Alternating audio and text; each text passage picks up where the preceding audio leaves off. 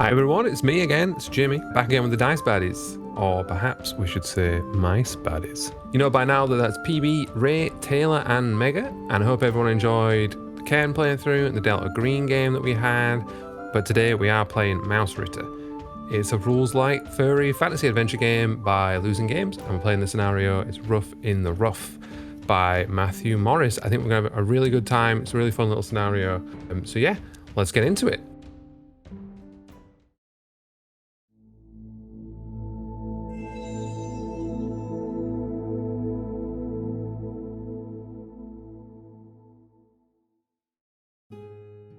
I'm sure you've heard tales of quests that see men climb mountains and trek through endless forests, but today we look down to a land of heroes who may be small, but their adventures are all the bigger for it. A man's view of the forest seems quaint against the endlessness of a field, where each blade of grass looms above you. And perhaps it's valiant for a man to fight a lion, but does it compare to when a cat is fought by a creature so small, such cat could toss them into the air like a plaything, where each claw is the length of a dagger, where each tooth is the length of a sword. Today we look down upon such a tale, beginning in the great city of Moscow. Amongst its collection of popsicle stick-clad houses is the local alehouse, the Vodka Vole. And I'm going to ask Taylor to describe the mouse walking towards that tavern. Yes, I am Maxim Rodesnov. I am a famed cat hunter from here in Moscow. I am a strong warrior. I wield my big axe and smash all in front. As you see, I am a little speckled. I am actually called a speckled hog mouse for where I am from. You start your day and you're, well, let's say midway through your day, you're walking through the cobbled streets of Moscow towards the alehouse. You see a slightly unusual sight as you turn the corner towards it, as it has a stables and there's this huge beetle that is stabled there at the moment. You go inside and it's not crazy busy or anything, but there's a good buzz and a lot of chatter, and you see the bartender that you know well, Dmitry Norov, and as he sees you come in, he says, oh Maxim, welcome, the usual? Hey, privyet, Dmitry. Yes, please, make it the double, thank you. He takes like half a pistachio shell and fills it from a tap and passes it over to you. He says, how is the day going, Maxim? Good day so far? It's average day. I hit rock with hammer, rock fall down. It is what it is. I see. Well, not so exciting day for you, I suppose, but very exciting day in here. You see adventurer in corner. You see there's like a little collection, maybe 3 or 4 regulars that you recognize, hard workers, but they're sat around another mouse who seems to be regaling them with a tale. And if PB wouldn't mind telling me who that mouse is, please. Yep, I am Gill Dallisgrass. I am a pretty chubby, adorable dormouse. I believe it's called a European fat dormouse. Or edible dormouse, which is also concerning. But yeah, he's a big, round, chubby-cheeked fella, wears a big green cloak, has a big wide-brimmed hat on him, and a big sort of like, what do you call it, like a pole, like a sort of walking pole, or hiking pole that goes is like one hand on, other hand on a tankard of veal. And yeah, he's currently telling a story about on one of his many travels when he was caught between 2 centipedes, and he managed to trick them into fighting each other. And I'm sure the crowd around him is quite, enamored by it. He tells it very well.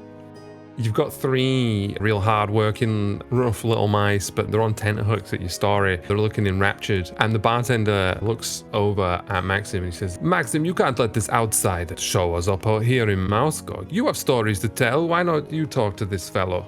Well, I could, of course. My story, it's well known in these parts. Of course, I tell it a lot. I suppose one more telling couldn't hurt. I'll give it a try. I quaff down the rest of my drink real quick and I head on over to Gill. How would you describe Maxim's build? Is he a big guy? Muscular, I would say, as far as mouse can be. Jacked, one might say. Okay, yeah, he's gonna give him like the big old, tankard, or cup in the air, big arms wide, sort of, here's a fella who looks like he has a tale or 2 of his own. Welcome, pal, we're sharing some stories on the road. Privyet, fat mouse. A pleasure meeting you. My name is Maxim Rodesnov. I was regaled by your tale. Maladets, good job with these centipedes, I must say. Not quite as impressive as, say, cat slaying, but I would say pretty good, pretty good. Cat slaying. Oh, tell me, Maxim, how'd that happen? Well, of course, as cats do, the aggressive hunter, he follow me, corner me. Many mouse observe this from their windows. They do not help me. It's me versus cat. And the cat, very strong, very aggressive, managed to knock my weapon away from me, and I am dead to rights. Absolutely done for. As I'm retreating into corner, cat pick me up with his claws, and as I struggle, in air, managed to turn myself around and get eaten backwards. And when cat get a taste of fat balls, it actually gag and chokes and dies. And, that's how you do it. I see some sort of pungent scent attack. Very, very clever. Very outside the box thinking. Of course, friends. Like gestures, sort of like bringing the people in a random. Cats are, aside from being some of the most fearsome hunters that our kind could possibly know, they're very intelligent, shrewd creatures with a language and an order and a logic all their own. I personally, whenever I had my encounter with a cat, a duchess, in fact, I had spent weeks in her territory. I knew that an encounter was all but guaranteed, so I studied her language, I learned it. And I learned that, obviously, Maxim's strategy here, very, very impressive. But it's smarter if you can get the cat working for you, is what I say. Just get eaten, I think. But yeah, it's pretty good too. All three of these fellas, they're like looking between you guys, you can see some of them like nudging each other and doing like sort of as you like exchange these stories. And as you finish, the door opens and in walks in a very finely dressed mouse. He's in like sort of red and purple garb, sort of a big pillowy hat on. And he says, listen to me, patrons, listen. There has been a announcement from the Tsar. He has an announcement for all mice. You listen to me, okay? You hear like, ooh, from around the various mice. And they all turn to look. And he says, our neighbors in the great windmill to the west, they have problem. They have sent an SOS signal to the various settlements of the land. Little scrap of paper attached to a butterfly has been carried to one of our other neighbors. But the mouse is spreading throughout the realms that they are in trouble. We must send warriors who wish for glory, and the glory of mouse go. Do we have any such warriors who would go and bring glory to our land? And instantly all eyes turn to the two storytellers. Well, Fate Mouse, it seems fate has given us an opportunity to test our skills and experience. And indeed, my people need me. They need you, Fat Mouse. Oh, well, I mean, of course, I'm always glad to lend a hand. I'm currently on a bit of a trading mission with my beetle out there, but, I can join along. I can hop on for a second. That's fine. Melodiets, then I think we shall hit the roll and go for it. Yeah, Gill will follow Maxim, instead of keeping an eye out, seeing what the other mites are doing, seeing the general energy. So as you guys get up and sort of, agree to this between yourselves, the official sort of nods your way and leaves. But everyone in the pub's like, they're impressed. A few of them start clapping. They're like, oh, heroes. Look at these heroes going to help our fellow mice in need, bring much glory. And yeah, everyone's very impressed as you lead your way out of this alehouse. And we'll do a little sort of time skip as you guys make your way towards where you know this windmill to be, over in the west. And we're gonna, travel over the sort of trees and forests of the land to a large field. Small paths wind through it that only a mouse or other rodents might be able to see. And we are heading towards that windmill. And as we, look down upon those paths, we see another mouse. We see a mouse that Ray could describe to us, if she would. Nice sandstone kind of color. I would imagine probably a taller, larger kind of mouse. She's a Pika mouse. They have no tails. She's wearing scrap leather that she probably fished out from trash, that she literally just busted her hand, like her arms through and her head, and Winnie the Poohing it. Just walking down, yeah. She's walking through this pathway, the grass sort of towering above her, and eventually the grass gives way and we see this huge fence that seems to go on for an eternity above you, of like crisscross metal wire, clearly meant to prevent a creature much bigger than you to get through. And as you approach it, you see coming from the east, Maxim and Gill on their approach. Although I believe Gill will probably be riding, I assume. Yep. So riding a huge beetle with Maxim walking alongside. You two see Morin sort of approaching this chain link fence. There's like bushes behind it, but you guys aren't too far away from each other as Morin comes out from the grass. Yeah, what are you guys up to? I'm fully exhausted from trying to keep pace with a beetle on feet. I mean, she'll be going at, a decent enough pace. Big muscly fella. Like Maxim can probably handle it okay, but I imagine that Gill is like stirring her on to probably go a little faster now and then just to make him keep up. But yeah, whenever Gill sees this other mouse on the road, he'll sort of wave his big walking pole above him to sort of like greet us.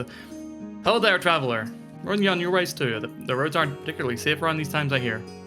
Oh, hello. I got the butterfly. You as well, eh? Yes. My lord said we had to go, and so I'm here, and he's... She looks behind herself. Like to her right. Looks to her left. Well, he's somewhere. As Morin looks around, the first thing that you all would notice is the scent. Rosewater, pear, hazelnut, leather, sandalwood, frankincense and pink pepper, osmanthus, saffron and jasmine, sandalwood, vanilla, amberette, ambergris, oregano, bergamot, incense, amber, and oud. It would be a lot even for a human, but for the olfactory sensitivities of a mouse's nose, it comes on like a kaleidoscope. You see a huge felt hat with a feather in it the size of the wearer's head, and a tail swinging laconically in a hand. In those little paws, on them are gold rings on all of them, and if you looked closer, you would see they were made of gold tin foil. Shimmering satin fur, the color of champagne. He starts to move over to you, entirely too much motion in the hips as he sachets over, and then he sees Morin. He says, "Morin, my darling, how are you?" And he air kisses, but he's so short compared to Morin that he air kisses her paws instead. "Mwah, mwah, how are you?" My lord, Bubbles! I immediately will do a bow and then pull this mirror shard off my back and place it on the ground in front of him. Oh, you read my mind, Morin. This is why you're my favorite. And he just looks in the mirror, adjusts his fur, and winks at himself. He's like, delightful. Then he notices the other two. He hasn't even noticed them at this point, really, and does a very intricate bow. Hat goes forward, very low, back on, sort of swings back onto his head, and looks at them and says, "Bubbles, Bubbles, divine to meet you, I'm sure." Yeah, Gill is gonna immediately sort of scramble down the side of his beetle. Couldn't get down quick enough, his little butt wiggling, his feet are scrabbling over the side to sort of just to take off the hat and bow low to what he assumes is a very, very rich mouse who smells like the strongest bowl of potpourri that he's ever smelled. And he's gonna say, "My lord, an absolute pleasure. My name is Gill Dallisgrass, and this is my loyal companion Maxim. This is Betty the Beetle." And on cue, the beetle does a little bow, clearly very well trained to do so. Oh, that's delightful.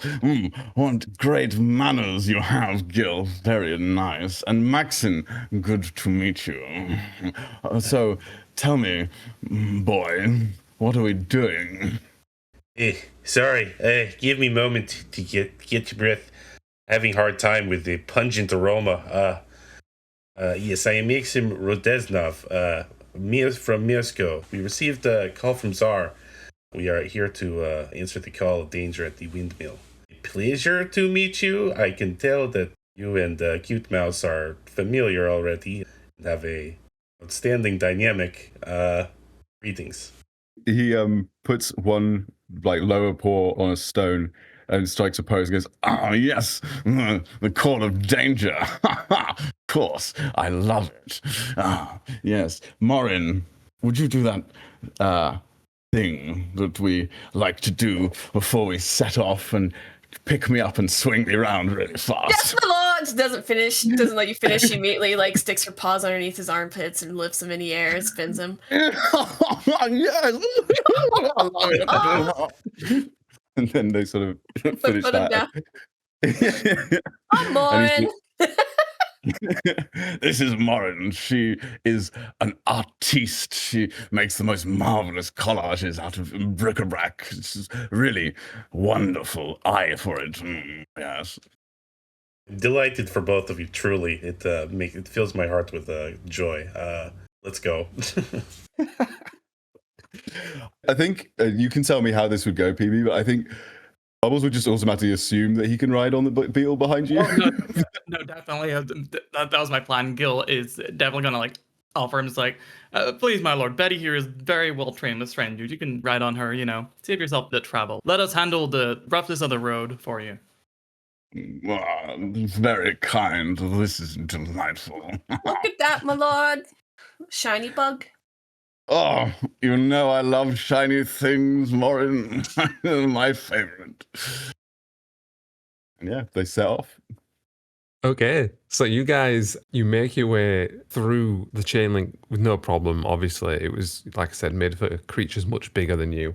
You're able to slip straight through and then through the bushes on the other side. And as you emerge from the bushes, stretching out in front of you are these like huge sort of plains of grass that have clearly got paths running all the way between them and round them. And not far ahead of you at all is this great windmill. It's not the size of like a human building at all. It's much, much closer to what you would expect mice to build, but it's so shiny that you don't feel that a mouse would have the materials to make it. And there's like this big tunnel that clearly runs through the middle of it. And yeah, it's set in one of these little fields that's, like I said, a path's been put around it to sort of differentiate from the other little fields. Yeah, you can hear the sort of creak of wood and metal as the blades spin around. And you can hear the sounds of a waterfall in the distance, far to your east. So what are you guys up to as you emerge on the sort of left side of this, if you imagine? You emerge through the bushes that aren't visible on this map on the left side. The rest of it's surrounding this huge, great big stone wall. And yeah, what are you guys doing as this scene unfolds in front of you? Well, I imagine at least that Gill would have been impressing upon Bubbles and to a lesser extent Morin and to an even lesser extent Maxim.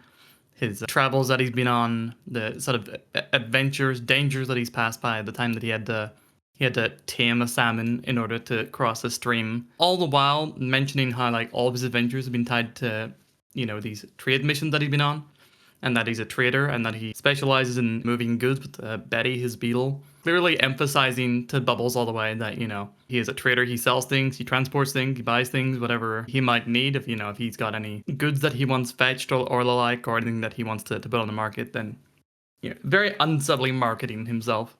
This is all so fascinating, my friend Gill. Unfortunately, at the moment, Papa's got no pips. But maybe in the future, we can suddenly see about arranging some sort of trade.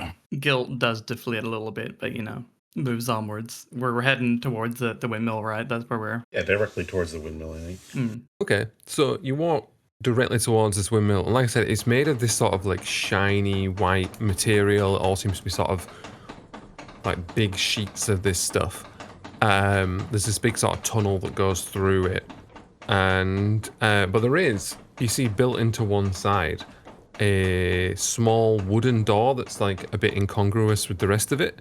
But then that's sort of all you notice as you approach. Gill will, if no one stops him, knock on the front door with his staff. Okay, so you thonk on that door with your staff, and a little wooden window shifts out of the way, and you see a pair of eyes on the other side, and he just says, "Who goes there? Who are you?" I'm Morin. She's Morin. And this is Gill, and this is Maxim, and I'm Bubbles Devine. Who are you? Well, I'm I'm guarding the door for the greenkeeper. You look like mice. You're mice, aren't you? We're more than mice, my friend. We are heroes. Oh, he did send for heroes. He did. You're not. This isn't any kind of trick. It's not any tricks, is it? It's not any of them like fairy tricks, is it? Greatest heroes. He fought centipedes. No tricks, scared mouse. We are here to help, of course. You promise? Yeah, I promise. He's got like a wooden stick, the point of which is sort of at his eye level. It's drifted into view in that window, but it's like shaking as he does. And he's like, oh, okay, I'm going to let you in, but if this is a trick, there'll be trouble. And the door creaks open into the bottom floor of this windmill. And you can see that there is this one mouse. He's got like a little thimble helmet on and like a Coke can that's been beaten into the shape of armor that he's wearing. And then around him and behind him are like large boxes of like grains and things like that. There's a lot of wooden spikes. They're probably about the size of a spear to you guys. They're very pointed, obviously, at one end, but more like sort of concave at the other end. And they're sort of all stacked up against the wall. And there are a few mice in like sort of grubby tunics, sort of moving boxes around. And then there's a large spiral staircase that goes upstairs onto the next floor. You can hear like murmurings from there. And every now and again, a little mouse face will peer over the edge just to see what's going on and then quickly dart back. And the guard just looks at you all and says, if you're here to help, then upstairs. Upstairs is the greenkeeper. I can take you, but you all do look like mice. Proshu, sorry. How do you mean we look like mice? Well, those fairies have got good tricks. They got real good tricks. I see. Is there any other detail you can provide before we talk to the greenkeeper? We need some help. They've been causing us no end of problem. Mice been going missing. We feel under siege in this windmill. It's the only place we feel safe. We used to have the run of this green. I see. And how long has this been going on? A while now. I don't know, a few weeks at least. Spasiba. Thank you very much. We will go now. Take a load off. You see him like breathe a big sigh of relief, and he closes the door behind him, and then clanking in his little tin armor, he leads you up this spiral staircase. Assuming you all follow, it's wide enough for Betty to follow up as well. And as you step up onto the next floor, you hear this murmuring obviously grow louder, and you can see as you sort of appear on that floor, there's a little crowd gathered of maybe about 20 mice, mostly in sort of quite grubby looking tunics and things. But there is like a little podium at one end, and one mouse, he was sat but stands as you guys come up the stairs. He's wearing like a little green cat flap, knee-length trousers that have been like perfectly ironed, and a knitted jumper with like a diamond pattern. And they all sort of look worriedly towards you. And this fella, as he sees you come upstairs, goes, "Who finds themselves within our domain of the windmill?" I think Gill's gonna look to Bubbles expectantly, given that, he seems to be the the foreteller. Party announcer. Yeah. The hype man. Actually, yes. Morin speaks up. It's us. We have my lord Bubbles, Devine, Gill, and Maxim, and I'm Morin. And what brings you here? Are you here to help? Are you responding to our... I pull out my fish hook. Yes? Looks to Bubble Devine. Yeah, yes. Little bit early on the fish hook, Morin. Not good initiative. Yes, my name's Bubbles Devine, and we are here to help with whatever nasty business you've got going on. As you say you're willing to help, a lot of the mice start whispering to each other and like, they've come to help us. They've come to help us. This like little susurrus goes out through the crowd. You see a lot of hopeful glints within their eyes. And the greenskeeper looks at you all and he says, yes, well, I am the greenskeeper. I kept this land safe for my subjects for some time. We felt very prosperous here on these greens. However, of late, a band of fairies have moved in over on the eastern side. They've been causing no end of problems. Mice have been disappearing. Every time we leave the windmill, we feel in danger that one of us might just be snatched up. We can't figure out what they want. They won't leave us alone, and We've been trapped in here ever since. Our stores are running low. Oh, we've been waiting for warriors, and it seems we have been blessed. Yeah, so we've got some strong boys and girls here to help you. And then you're just going to lean into Gill and just be like, Gill, my boy, I think you're got a mind for the old money. Make sure there's some pips in it for us. Of course, we're more than happy to assist to find these missing mice of yours, but adventurers like ourselves, we do require some form of operating funds, you understand, tracking down missing mice and doing our research on whatever form of beastie or fae might be behind the situation. It can be very, very costly work. It looks like you guys have a pretty good setup here. You see him sort of twitch a little, and he looks to the crowd, and then he says, of course, do you hear that, everyone? Do you hear it? They're going to help. They're going to join me on the stage now while we talk business, but rest assured, I will ensure that they receive the compensation they deserve. So give it up, please, for these great warriors who will be finally ridding us of this fey blight. And the crowd they all start clapping and hooting and hollering, and he says, if you all wouldn't mind going back about your tasks, and please, warriors, join me on my podium, and we'll discuss business. Morin, do you hear that? It's the sound of an audience. I love it. Do you wish to be picked up? Yes, why not? Pick him up. I don't spin him around. I actually have him facing away from me, and I'm presenting him to everyone. That's what I'm doing. Just holding him out. Yeah, I just pick him up and I'm like, look to him. Bubbles is just doing this to the crowd. In the air. He's loving it. He's absolutely loving it. Gassing The this crowd, they were proper just full on applauding. And as you do that, the applause sort of falters a little bit and there's a bit of whispering. But then, they continue. They're like, maybe this is what great warriors do, maybe? Getting more polite over time. Yeah, and then they slowly start to filter away. There's another floor. Some of them are going up there. Some of them are going down towards the entrance where the sort of grain stores and things were, until there's just a few sort of scattered mice on this floor milling about doing what they need to do. And the greenskeeper sort of ushers you towards the stage. And once you sort of gathered up, his voice drops a bit. He says, yes, we can sort you out with some payment, of course. How does 200 pips sound? How would that do? Do we have a reference for how much 200 pips is? So if we have a look in the rules, I think that is quite a substantial fee. If anything, I think you might be a little bit surprised he has 200. You could buy 10 medium swords with it. I mean, it's going to amount to 50 each, so it could get you all a new weapon. A light armor set is 150. It's a fair chunk of money. It's not life-changing. It's a decent fee. I love when the reference of one thing we don't know the value of is another thing we don't know the value of.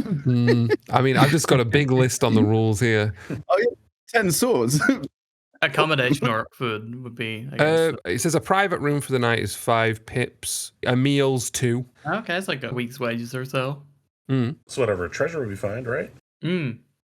Gill will sort of rub his chin thoughtfully and think, yes, I think that could work out for now. Of course, as the most experienced, I believe, traveler and adventurer out of us, I'll hold on to any purse for the party and, make sure that we spend it very thoughtfully in getting back your lost compatriots. Oh, this is fantastic news. Thank you.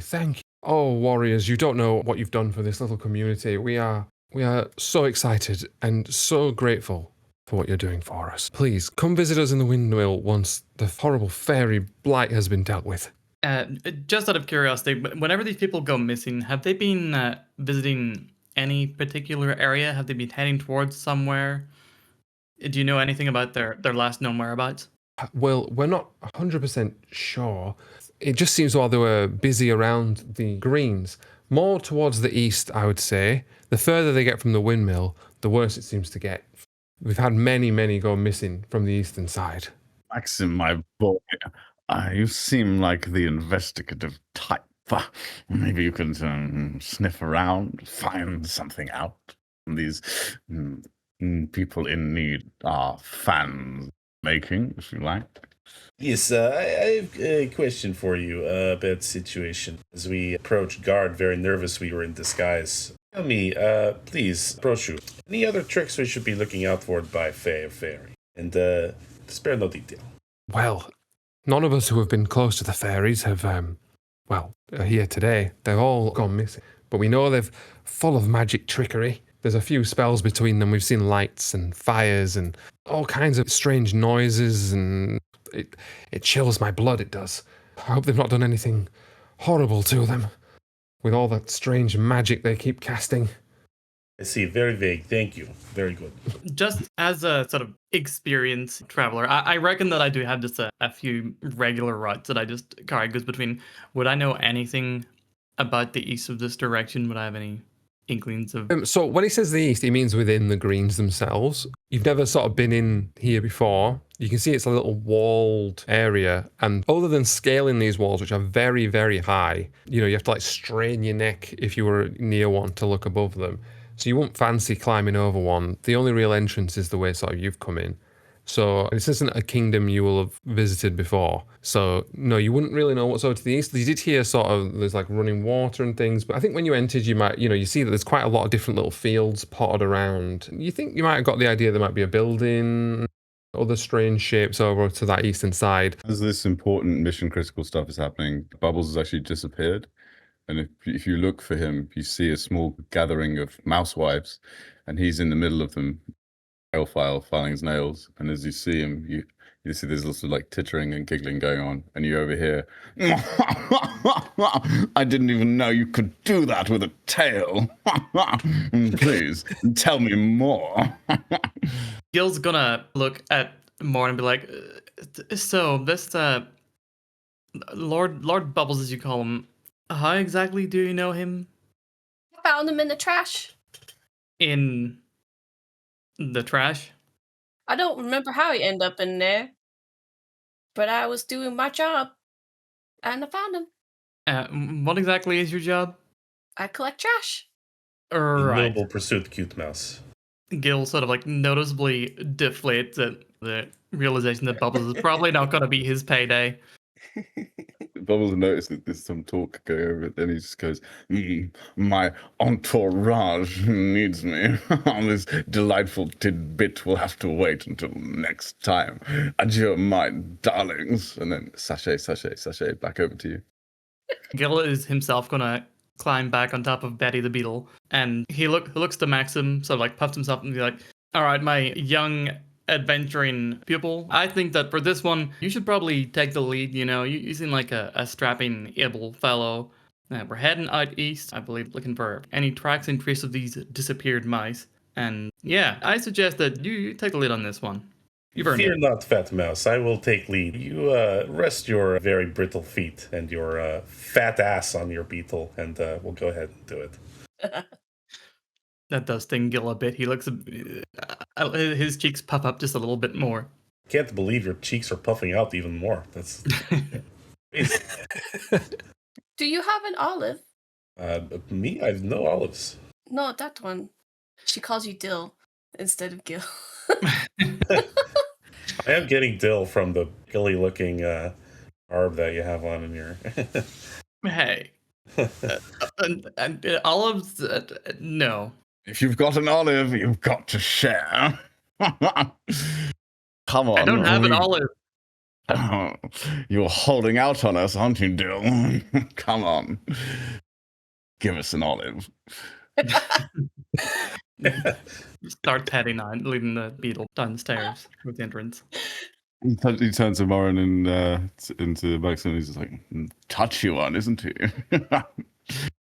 He's a bit proud, but that's okay. We'll beat it out of him. I like beating. I rush ahead of Gill and Betty to take my place at the front. And I like watching beatings. Let's go. We'll follow Dill. Beetle. Okay, you guys make your way back down out of the windmill, and you're back outside in the like array of fields, each one with these like little winding paths through, little holes with flags sticking out of them, or well, next to them, I suppose, and this great walled area. Like I said, you can hear from the east, there is the sound of running water, and you think the river runs close by. You can sort of see a bit of a bridge from where you stood, which is sort of to the southeast. You can sort of stay on this side of sort of a river that cuts through the middle of this area. And there's a waterfall at the far end. But there's also a little bridge that would lead you to the other half that's very nearby. Is the lawn real grass or is it astroturf? I'd say it's a mixture. Around you currently, the grass, is fake. It's all astroturf. There are some patches of real grass further away where there are no flags, and that's quite overgrown. Morin, have you ever felt grass like this before? Have you found any in your trash collecting days? Oh, can't recall. It's very strange. Kind of like the way it feels under my toes. I just splay out my toes and bring them back in, like kind of like if you're at the beach. I think we both obviously do that. it's not sand. We're just like feeling it. We're just standing. We like, literally feeling- just stand. We're staring down at the ground. We stop walking. going, So fucking distracted. And those two are ahead of you, so they'll get like several paces ahead while you're messing around, playing with the grass between your toes, and then realize that you two have stopped following. Morin, we'd better catch up with the boys. They're so impatient. Not that I mind it. Oh, all right. I pick him up and run over. Yeah. He sort of goes very stiff. It's like a board. I'm imagining she just puts him under her arm and just like jogs. Yeah. Fully planked. Baywatch type shit. Okay, you catch them up. Taylor, you said you're in the lead. What sort of direction, what are you guys doing? Is there anything you want to investigate in sort of near area, or do you want it to sort of, go towards this bridge or the waterfall? What is it that you guys are wanting to do? Companions, I am admittedly lapsed on my knowledge of fairies. I do believe they are seekers of beauty and live among beauty. For my own enjoyment, I would like to get a closer look at that waterfall. Gill is gonna nod sagely, but he's gonna say, do be careful as we go forward, though. Where I come from, we call this strange kind of land mock grass. Whatever you do, don't eat it. It will choke the life out of you. There's some sort of curse on this thing. So I imagine that where we're heading, there might also be similarly cursed, dangerous artifacts. Right, okay. And are you wanting to stay on this sort of side of the river and just walk straight up towards that waterfall to investigate that? I think so. Yeah. Right, okay, brilliant. We're gonna walk the pier. There's the river, you can follow along that's absolutely fine. It is cordoned off with like very tall bollards and then a rope hanging between them. But the rope is it's the equivalent of it being meters above your head. It wouldn't stop you guys from sort of falling in. How Mausritter sort of works is when you've spent enough time outside, and I'll say the chatter outside counts as 1 and walking over would count as 2 because it's quite a little distance. Every 3 will roll for random encounters, and if I get a 1, there will be 1. If I get a 2 on a d6, this is, you get an omen of 1. You get like a sort of clue, if you like. So we'll see what we get. We got a 3. So at this point, you don't see anything occurring as you walk towards that waterfall. It all seems quite quiet. You see sort of there's a shed on the other side and it looks quite shabby. And in the far distance, there looks to be... There's a sign on the shed that says shit. And you see a large sort of what looks like an alligator on the other side of the river. And you make your way over to the waterfall. The green appears quite still at this point. And as you walk towards it, you see that it's not made of stone. It's made of the same shiny material as most of the windmill. And, you have a peer around and you can see that you could probably climb your way up if you wanted to. And there is a distinct sort of gap behind the waterfall. I would like to get into that gap if I could. Yeah, absolutely. So you get a bit wet as you sort of clamber up this, and it's quite slippy, but given your size, there's plenty of handholds and little places to actually, completely stand on. If anyone falls in, I played a lifeguard in Mouse Hole Volume 3. I've got you. No, spasiba. It's very good. Thank you. As you get near the top, you have to basically go into the torrent of it. You can see sort of like a sort of semicircular cavern behind it. I'll need a dex save from you. So it's just 1d20 and you want to roll under your dex. And your dex is 10. 10, I believe. Okay. An 18. So, Maxim, you climbing up and it's feeling pretty good, but it is very, very wet. And as you sort of try to make that last little jump into the cavern behind, you slip down and bump, bump, bump, bump, bump. But you manage to stay on the sort of grassy side. You don't fall into the river itself. You take a d4 worth of damage. Is there any way I can try to catch him? You know what? Go on. Yeah, I'll say that. So I'll say that you prevent the damage. If you roll me a dex save, Morin, and succeed, I'll say you prevent the damage. I succeed because my What dex did you is get? a 9. Oh, wow. Okay. As you're falling, Morin reaches out and grabs you before you bump too heavily on the ground. Yeah, you are in her arms. Hey, spasida, cute mouse. I did not know you were so dexterous. I was very afraid for myself there. Oh, well done, Morin. He does that little posh clap where you do the fingertips into palm. Yeah, it was very good. I let him down gently. Jimmy, being a beetle, would Betty have any sort of like advantage towards climbing up vertical surfaces? Oh, needs his beetle to climb. Oh. I assume beetles can sort of climb up walls generally, can't they? Any beetle understanders in chat? Is there any entomologists in chat right now? Better or worse than a mouse is what we need to know. Yeah, okay, I'll say it's still wet and slippy. I'll say that she can have advantage. So you just roll 2 and take the lowest if you want to make the climb on her back. Yeah, I'll be on her back. Oh shit, this is awkward. My dex is better than hers. Alright, so, You got to choose the advantage or the better dex then, I suppose. yeah, I'll take the advantage. So that's 2d20. Yeah, so you got 12 and a 15. And what's her dex? 9. Wow, right. So At least I'm going to cushion her fall at the very least. play it that way if you like. If you'd rather you take the damage than she does. I make everyone take a step back. I do not catch this. I push the others back, actually, to not get hit. We could roll for it. I'm just thinking about the physics of it. Okay, but- we'll do a luck roll. So it's a d6, I'll roll. And if it's a 1, 2, or 3, you take the damage. If it's 4, 5, or 6, Betty takes the damage. It hurts my 6. heart more that Betty takes the damage. So Betty starts climbing and she has this real nice grip, but it is basically a sort of almost like a jump at the end. And she tries to like use her like, you know, sticky, grippy beetle feet to stay on the side, but it's just too wet, it's just too slick, and she comes crashing down. She manages to turn in the air to protect you as she's so loyal to you, and crashes down on her belly and takes 6 damage. I rolled the maximum. Jesus. Sorry, Betty. No, wait, that was the luck roll. Oh, was that the? Oh, yeah. Sorry, I'm wrong. I need to roll a d4. Yeah, because you can't even take 6 damage from this. She takes 4 damage. Damn. So she still takes the maximum, but she does have more hit points than that. She has 6. So she takes that, but she also takes a condition. The condition is known as over par. Is that a fucking golf pun? It is. They're all golf. Everything in this is a golf pun. Good thing I know off. I don't. She's feeling stressed and fearful after the fall. So all her attacks are impaired, and it takes up one of her inventory slots, but she's not fully got anything in her inventory slots. If she deals 4 damage, get it, she will clear the condition. So basically she's got her attacks are impaired, so she can only do a d4. But if she ever rolls max damage, she recovers and starts feeling more confident and less stressed and scared. Yeah. Bubbles T-poses. He goes, Morin, throw me. Excellent. I would like You- to give him advantage, maybe? No, Or you do I can need to just roll if strength? if you roll me a strength and you do it, Okay. I'll say sail straight through. Cool.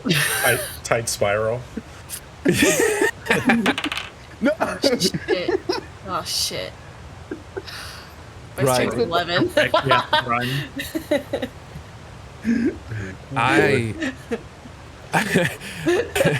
I think we're gonna have to roll a luck roll to see if you fall in or not.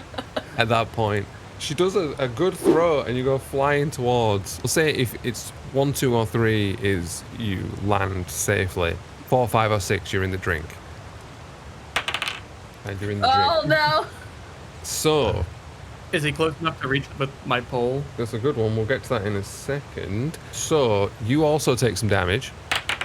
You take... What the hell is these rolls? God damn. I'm sorry. Destroyed by a waterfall. First thing. Yeah. So you take 4 damage, which is all your HP, but you don't take any strength damage. So you're not knocked out or anything. But you, I'm scared. Why will What? No!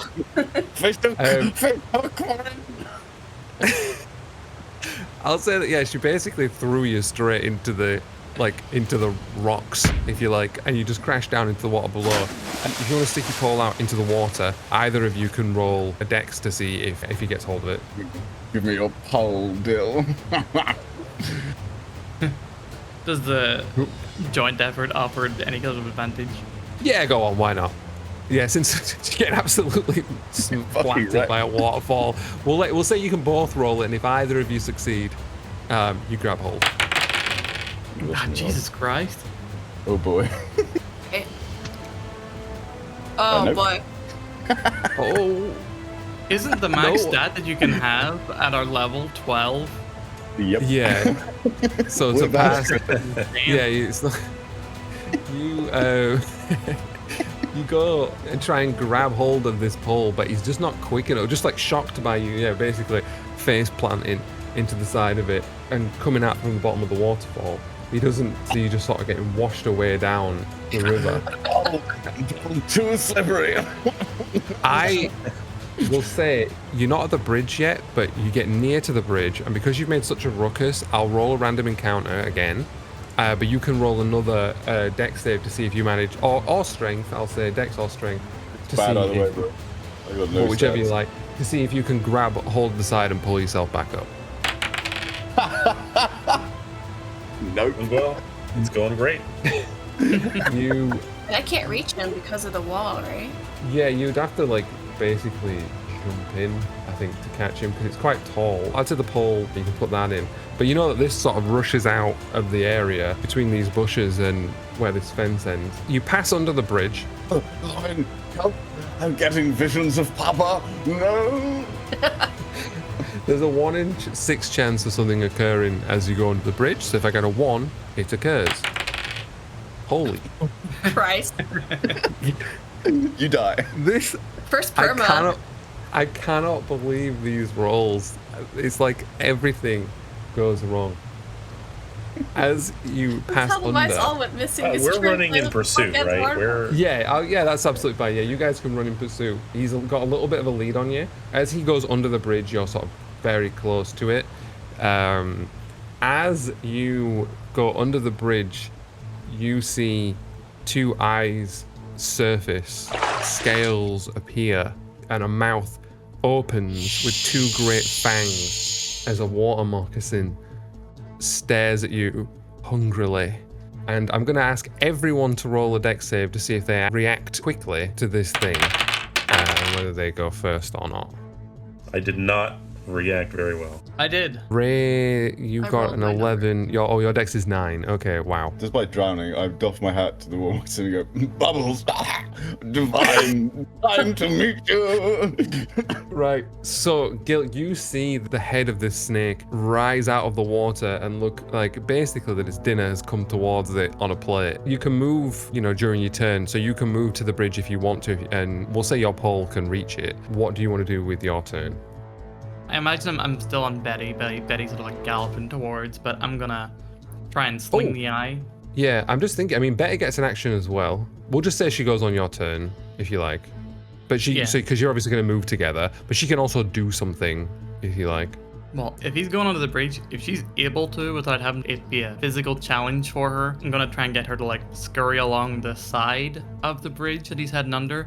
And as I'm moving towards it, I'll try and sling the snake in the eye. Right, oh, well, you automatically do damage in this. So, yeah, roll your damage. Light ranged is a d6. You get your sling, put a rock in it, and fling it at the snake's eye. 2 damage. Oh, okay. So, the snake blinks as you do that. And the hard scales of its armor basically reflect it without it even really worrying too much about it. They just sort of bounce off his scales just near to his eye. And, oh, it's his turn. Eye bubble. He is going to obviously try and eat bubbles. Oh my, I am so sorry. What are these rolls? I have rolled disgustingly. Am I dead, Jim? You died immediately. This is our first Dice Baddies death. Oh my god, no! Rest in peace, bubbles. It was a pretty tight R.I.P. spiral, though, so there's that. Is there necromancy in this? No. So water moccasin opens its mouth, so one jaw is above the water and one is below, and you just go in to the mouth and it closes. Ooh, yeah. And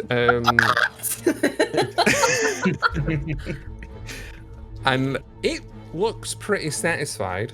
So Morin and Taylor, you see that this occur. What do you do? Well, Morin, that's it then, I think. Or it was Devine. I don't think I can honestly hit him with my weapon. Can I? Him being in the water? I'll say if you've got like a long range weapon, you can hit him. Are we in combat? Like, he can't get to us, right? You don't know how big he is. It's a snake, so So I actually don't know what a water moccasin is. So it's a So yeah, snake? it's just a water. Water It's just a snake. water. Yeah, it's a water snake. He looks pretty satisfied with what he's got. He eyes you, but the aggression goes out as he a satisfied smile goes across his face. Well, I look like I want to take revenge, so if we don't want to fight it, you're gonna have to stop me. Slash pulls out fish hook. I will back your plea more in the attempt to avenge Pungent Mouse. One of you's got a trash hook and one of you has a hammer. I'll say you with those, they're long enough range, you can swing it and hit it if you want. If you are attacking, I think you're both on a D10. I'll give it a swing. Oh my god. Oh my god, what are these rolls? 7 Something. damage. We're gonna Okay. die, guys. This is all of our fates here.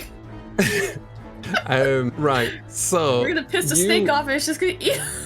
Morin's trash hook goes in. Think you're gonna sort of try and get it, like between some scales, but you don't. And it just sort of slips along its scales. And Taylor, you swing with this hammer of yours and clonk it along the side of the head, and it looks mad about that. It hisses and rears up, and Gill. yeah, Gill is seeing what just happened. Is he's gonna immediately turn around, pull on the reins, have Betty turn around, and he's gonna charge his two compatriots. He's gonna have Betty try and scoop Morin up on her little horn, and he's gonna try and use his pole to effectively bar Maxim and drag him back, basically trying to force the others to flee with him. Okay. Do you resist that pull, or sensing that one of your adventuring party is basically taking off and trying to pull you with? Do you sort of think, oh, okay, I'll go with it, or are you like, no, this thing has to die for what he did to Smelly Mouse? Smelly man. I'm okay taking this L at this point, and I'm fine being pulled away.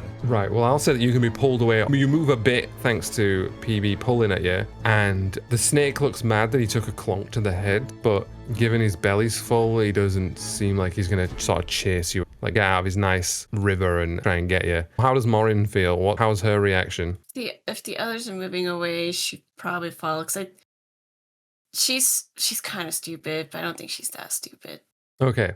So Gill and Betty take off, just full on, kicking up dust behind them and sort of trying to drag you two along. And you both surrender to the idea that, oh no, we've lost Bubbles. And the snake, looking irritated, but the meal sort of making up for it, sinks his head back into the water. And we are going to need to get Mega back into this game as quickly as possible.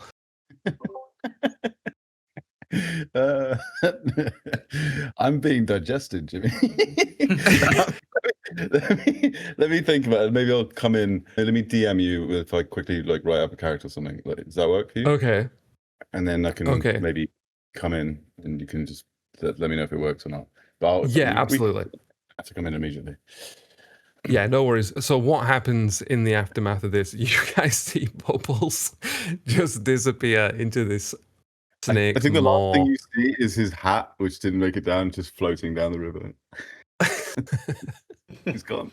If we've headed downriver, as everyone's like picking themselves back up and probably having a rest after all the adrenaline's worn off, Gill is just gonna like scoop out the hat from the river and like have a look at it and just making sure that no one else is looking.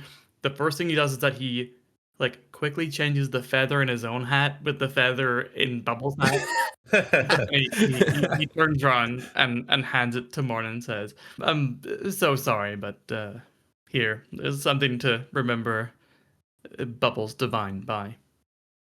There's at the hat, holding it, and then she puts it on Maxim.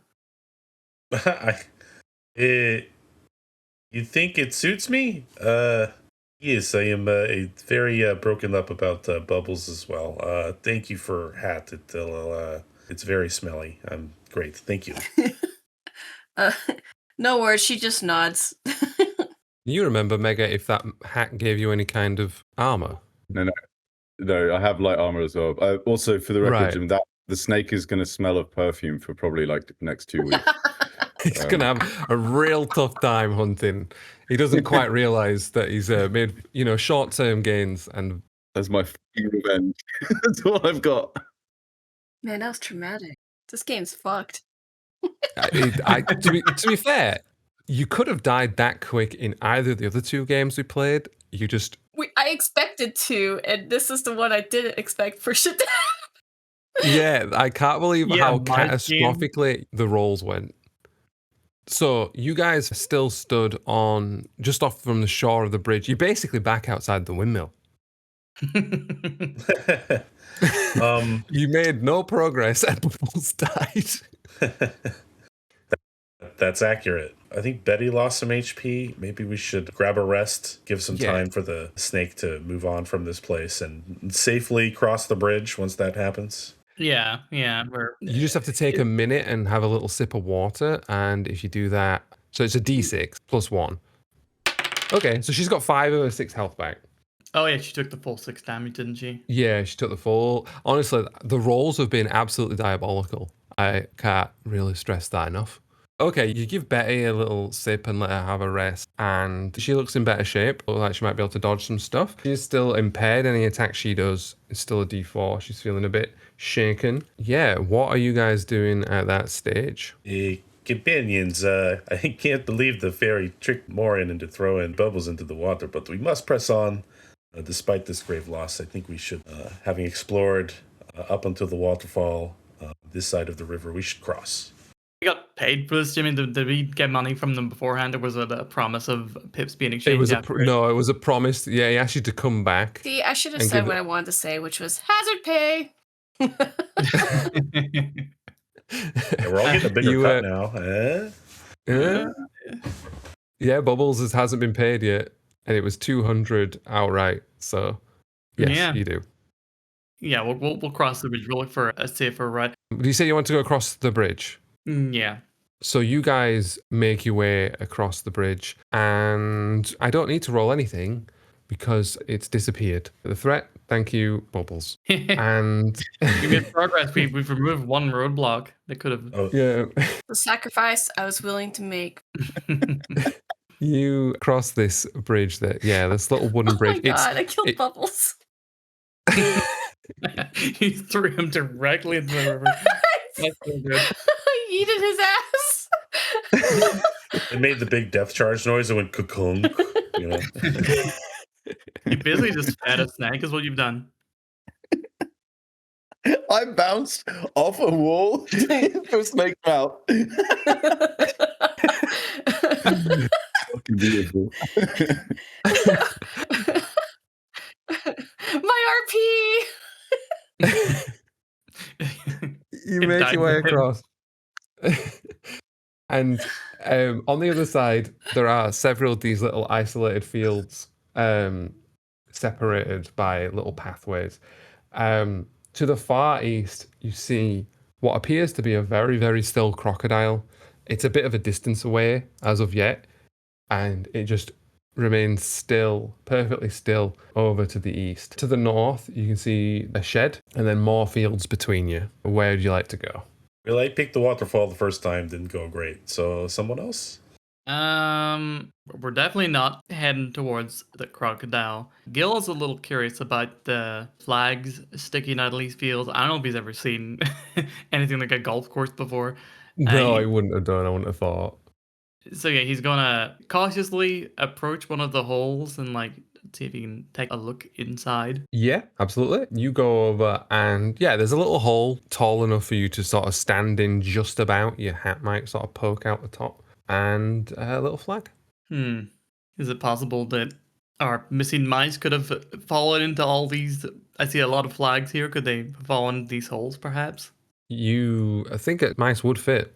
There isn't one in this one. He's gonna like just poke at the bottom of it with the pole, see if the bottom like can move. Or No, anything. yeah, it's solid at the bottom of the hole. You just poke into some dirt. Okay, and I guess he'll move along. Shed? Shall we try? Shit. Right, okay, so you're all happy to move up towards the shed? Mm-hmm. Okay, I'm going to roll another random encounter. Once again, 1 is an encounter, 2 is an omen of an encounter. We got a 4, so there isn't one. As you're walking up towards the shed, you get most of the way there, and you might be able to see it on the map. There is a small mound. Little mounds start appearing, little mounds of dirt. But just before the shed, well, quite a bit before the shed for you, there is a large mound. And you can hear from within that mound the sound of metal hitting stone. In fact, Maxim, you would very much recognize that sound. You hear that sound all day long. Hey, I'm in my element, companions. There is a mining activity nearby, methinks. Or at least opportunity for metals rare, perhaps? I excitedly head over to investigate. Okay, so you see like a huge pile of dirt piled in the front of this tunnel, and that's what it is. You're looking down, you can see a tunnel goes off down into the ground, and you can just hear that like tink tink of someone mining within there. It's very dark though. I do have torches. Companions, I hear signs of life, hopefully intelligent, perhaps mining down there. I think our best lead so far in this tunnel. Yeah, Gil's gonna follow, not super quickly, gonna, maintain a bit of a distance. I'll light my torch and all agreed I will head in. Okay, so Maxim leads the way into these tunnels, lighting the torch, and the tunnels go off in all these different directions. Each one has some clinking, and as you follow one of them through, you turn a corner, and a creature a little larger than you, but not massively so, turns round, sees you, and shields its eyes quickly, and goes, what you doing? Change tunnels? Oh, put light out. And he's got a huge pick in his hand, big old teeth, and you probably know it's a gopher, and he's looking right at you. Proshu, gopher. Privyet. We are investigating a case of missing mice. By the way, as I'm doing this, I'm not snuffing out the torch, but perhaps I'm putting it so it's direct light, might be out of his vision. Right, oh yeah, okay. If you're the only one with the torch, you could pass it to one of us to hold it behind you. Yeah, that'll work. I think he would sort of, his hands lower a bit. He's squinting a little, but he's a little bit appreciative. And he says, me not know fancy mouse words. I not know all those, but me know of mice. Mice from Windmill, they disturb all of our tunnelings. But if they go disappearing, it not be us, it be those pesky fairies. They take gophers too. Oh, horrible fairies disturb tunneling even worse than horrible mice. Where are fairies? Oh, fairies nearby. We see a lot round Waterfall.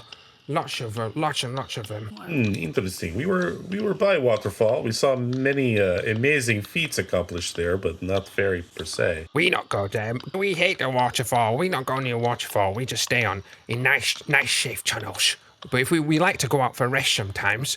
But the fairies might get us as well. I see. And these fairies, are you aware of any kind of way to identify them or even a weakness of theirs? Identify, yes. Although they flying, and they're covered in leaves, lots of leaves, fly around, do sprinkly lights and sprinkly magics, and fly, very, very horrible fairies. Any way for them to reveal themselves to us? Again, we were by Waterfall and saw no fairy. You got very lucky. Whenever go for near Waterfall, they appear. Maybe, I don't know why. They've been all over here. All over since other tunnel got blocked. They've been here. Do you know of anyone who does go near the waterfall, who maybe explores the waterfall? If the gophers don't, is there someone who spends more time there?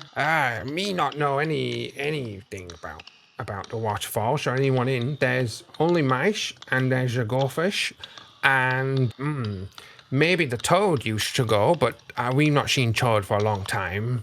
He live in scary house, scary fish, down to south. We not see him, but he like waters. Recently we seen some horrible rats. A few rats knocking around, but they were near waterfall. And do any of you in your fellows' tunnels happen to go behind the waterfall? No tunnels go near waterfall. We have this tunnel and tunnel to east of here. Big tunnel to east. It was best tunnel, but it blocked. And now we just have this western tunnel. Maybe a trip to the Toad. If we're looking for a way into the waterfall, we might be the one to know the best of it. Yes, I think we need some expertise in water navigation, and perhaps a local as well will help. I agree. So you're going to leave Goldfish to dig and find nice goodies in the grounds and leave me alone to do what I want? Yes. Real quick, one miner to another. What are you mining down here? Well, should we mine lots of foods? Lots of yummy worms in the ground, and sometimes we find little treasures, little shiny rocks, and things like that. Those shiny rocks, do you trade them with anyone? Do you keep them? Keep them. They are rocks. We don't want to give them away. But you could perhaps trade rocks for even more food? No! More. No! Oh. Plenty of food in ground. We dig tunnels, and if no one disturbs us, we find lots of food. Or in ground, it comes straight out, big worms. And lean over to Morin and say, this is what in my circles we call a time waster. We don't spend time dealing with their like. There's not much help they can provide, and not much we can do with them either. Toad has favorite snack? Toad. We not know much of Toad. Toad, I'm just gonna see. I'm gonna roll. There's like a rumors table. I want to roll and just see what he knows. And he did get the Toad one. I hear from other goldfish that Toad may not be coming out because he may have passed. He may have passed away, and she summons great evil power within home, but I have not seen any evidence of this. But lots of the goldfish are talking about it. Perhaps we should have a different problem than inspecting the home of a dead toad and some great evil power. I don't know about you guys. Yeah, I think it's worth investigating Toad. There may be, he may not have passed by natural causes, and we could get more information one way or another. And who knows, Gopher could be wrong. One last thing, my good Gopher. You say that the fairies have taken your fellow gophers, yes? Yes. Some gophers disappear since fairies turn up. Definitely. Ever since Western Tunnel Block, we see lots of fairies taking goldfish. Western Tunnel. Yes, there's another tunnel to west, but it's blocked. When these disappearances happen, do they tend to happen when people go out in groups or when they're going out on their own? He sort of thinks about it. It's not something he's really considered before. Because, now you mention it, probably more when they're alone. We should probably stick together. Buddy system. Really sad. I was thinking perhaps the opposite, but we'll talk about that when we're not, we have things to investigate first. Yes, I think you've been very helpful, Gopher. Forever in debt to you. Please be vigilant, be safe, and stay together. We will be leaving now. Thank you, time waster. Me waste time? You waste all my time. I can turn find around. 10 worms. 10 worms by now. But yeah, you can walk out. You walk out of the tunnels, and I think that sounds like, I believe, a good time for, instead of me rolling a random encounter, we'll say you bump into another mouse. Sure, so paint me a picture. What's happening? You see 4 mice that you've never seen before. Perhaps you've maybe gone in to investigate the noise, or maybe you've seen them on the golf course. It's up to you. But 4 mice come out of the gopher tunnels. One of them riding a large beetle. Yeah, they each, one by one, come out of the tunnels. Okay, as you come out of the tunnels, you see a very white mouse. Very, just solid white mouse. Startlingly, bug-eyed. When mice have those eyes that are about to pop out of their head at any point. He looks like that. And he has a heavy coat. It looks a bit like a lab coat, kind of, but it's made of lead. And he just spreads his arms. He's running towards you, just waving his arms. And he goes like, making a mess. You're making a mess. You're making a mess. You need a guide. Bingo knows. Bingo knows. Hey, Privet Bingo. You are blinding me with your incredible whiteness. Hello. Say again, tell me more about that. We are here investigating case of missing mice. We deal with Greenskeeper. Who are you? What is your purpose here? Me, I'm Bingo. Bingo driving Mashie. I know. I am white like the balls that roll around, and magically, the divine balls. Yes, follow the balls. They'll tell you where to go. Bingo knows. Follow Bingo. What are you looking for? Fairies? I hate fairies. Bloody annoying fairies. Yes, Bingo knows. They're always interfering. Yes, Bingo knows. Bingo will show you the way. My friends, it sounds like Bingo knows and he will show us the way. I think we should do it. Bingo!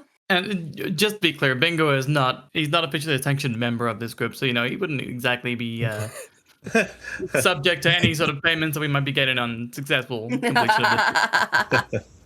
No. You wouldn't know about that. Lead the way, my good Bingo. Yeah. Jimmy, which way would Bingo lead them? I think you would have seen dancing lights around the waterfall. If you are, unfortunately. That is where most of the lights appear, and you've seen them come quickly in and out from behind that waterfall. Western tunnels, no good. Blocked by a divine spherical object. Yes, blocked up. Can't be used, but Bingo knows that where you should go is where the water flows. Yes, saw you try that earlier. I was watching you. Didn't work out so well for your friend. Sorry about that. Yes, Bingo knows. Follow me. Come to the waterfall. Yes, dancing lights, dancing the sky. These dancing lights, Bingo, do they tend to appear at daytime or more in the evening? Or Jim Jam? You'd have seen them all through the day, but they're more obvious at night. All through the day, but easy to see at night, yes? Nice and bright, beautiful, maybe dangerous. Quite a fright. Yes, well, it's, this place is, dangerous sometimes, but very powerful, magical place, yes. Divine place, full of secrets. Bingo knows some. Please do show us how we can get up this waterfall safely. Sure. Bingo, he doesn't walk quite normally, I'd say. He sort of has a very rolling gait and sometimes sort of goes on all fours, more mouse-like in that sense. Is everyone else just on 2 feet most of the time? I haven't thought about this. Oh yeah, I gotta hold my weapon with my hands. Okay. I'm on 6 feet most of the time. Shut up. All right. Because I'm a beetle! So I'll say that Bingo leads you over towards the waterfall. You do have to sort of go past the shed as you do. A pair of eyes looks at you from one of the windows.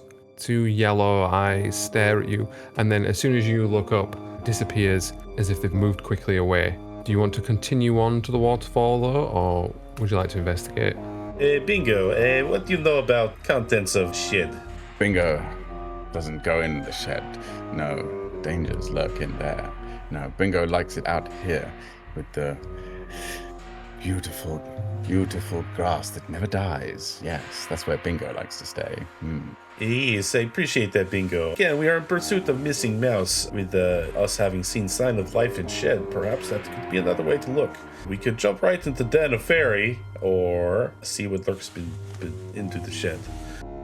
Got burnt on waterfall, huh? Don't like it, yes? Shed, maybe? Yeah, Sure. I have some poor memory of waterfall. It's not so good. Yeah, yes. Little snack for the snake there. Well, Bingo thinks you can certainly try shed, yes. Does he know would he know a little secret way of getting in? A little hole in the roof? There's a large hole in the roof. Or more climbing? Yeah, you'd have to climb for that. There's the one window at the front that's shut, where you saw the eyes. But other than the big hole in the roof, there's the door. So I'd say the doors open a tiny crack, so you can get in. Otherwise, you'd have to do a deck save to see if you can climb up the roof. Door wide open. I'm ready to head into a door. If we want to go in there. I'll stand guard just out here with Betty, just in case you know. Yeah, and so If I see a fairy or if I see any sign of interesting happenings, I'll be sure to let you all know. Is there any way we could do a dodge like in D&D where your actions to dodge on the next turn or whatever? Is there any way we could go in cautiously and then... I'll say you can sort of like go in very, very cautiously, and if something was to immediately attack you, you might get a dex save, instead of it auto hitting.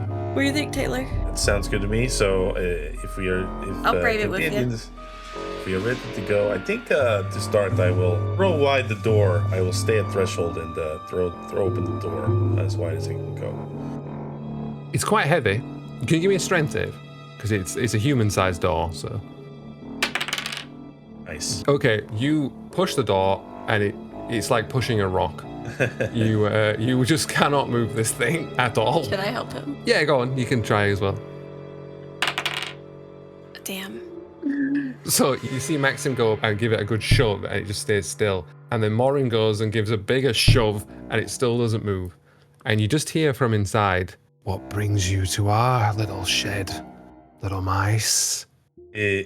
Greetings, I am Maxim Rodesnov here with the companions and seeking of missing mice. Tell me, are you them? Are you aware of them? We've seen the mice go missing. Yeah. That's why we're in here. They're more sensible, see? We've been coming in here. We thought this would be a lovely place full of treasure and goodies for us lads. As you look inside, there's only the crack of light coming in and then like the hole in the roof letting some light in, but like round the edges of the room are in shadow. There's like a sort of desk in there that's covered in all kinds of like bric-a-brac and rubbish, and the voice is coming from one of the sort of shadowy corners. He says, "Yeah, we thought we'd have it real easy in here. Just a few mice, maybe a couple of gophers, but those fairies, they're all over here. They're all over the place. We've been staying in the shed ever since. We're not getting taken like those mice." You are not mice. What is the nature of your being? So one of them steps out, and a big brown rat walks out from one of the corners, and then two more come out as well. They got like scimitars in their hand, and they're like, "Rats, man. We're a set of rats, and we were here for some goodies for an easy time. But those fairies, they ain't letting anyone have an easy time round here." You have combated with fairies? Oh no, they got the magic trickery, man. We don't like that. We can't be dealing with that. No, we thought it best to leave them alone. Nothing good comes from fairies. No. I see a roll happened. I don't like that. I'm just rolling to see what rumors they know. He says, "I heard them talking though, those fairies. There's two of them. Came out one night while we were hidden here. I heard two of them chatting. Their queen's after something. She's after some kind of precious artifact. If she can get that, they sound like they'd get out of here. They don't like it here. They want to go. But their queen's keeping them here until they can get their hands on it." She seek artifact, but you don't know why she seek kidnap mouse and gopher and rat. I think they quiz him. They must think they all know where the artifact's hidden. I hope they're not torturing him, but, that'd be nice if it was our job. Know of anyone who know of this artifact? I ain't seen nothing so far. We've been trying to get treasure, but as soon as we saw them, we've been in here ever since. There's some old junk in here. We haven't really looked through that hard because it ain't shiny. So we left it alone, mostly just trying to stay out of trouble. Just don't want to make too much noise when they're around. I guess we've got a little peaceful period at the moment, but I won't be running around that golf course. I see. And finally, you've observed lights near waterfall, yes? Yeah, we saw him. Okay. You just want to make sure my new friend Bingo's on the level is all. I've been very helpful, Rat. I feel you are safe here. Please be vigilant and stay safe. Thanks. Good luck to you all. To stay on a level, you look at Bingo and his eyes are like straining even more than usual in two opposite directions. Settling, thank you. All right. Anyone want to actually go into the shed? I think we got the info we needed. Waterfall. Once more to the waterfall. Gill's been standing like a solid 5 feet away from them the entire time. The rat's just like, "Good luck, guys. Won't want to be you." And yeah, you can head round that corner to the waterfall again. It looks just the same, pretty similar on this side. It's got the same sort of shimmery surface, lots of nice places to spot yourself, but then it's a little tough to get over to that last bit.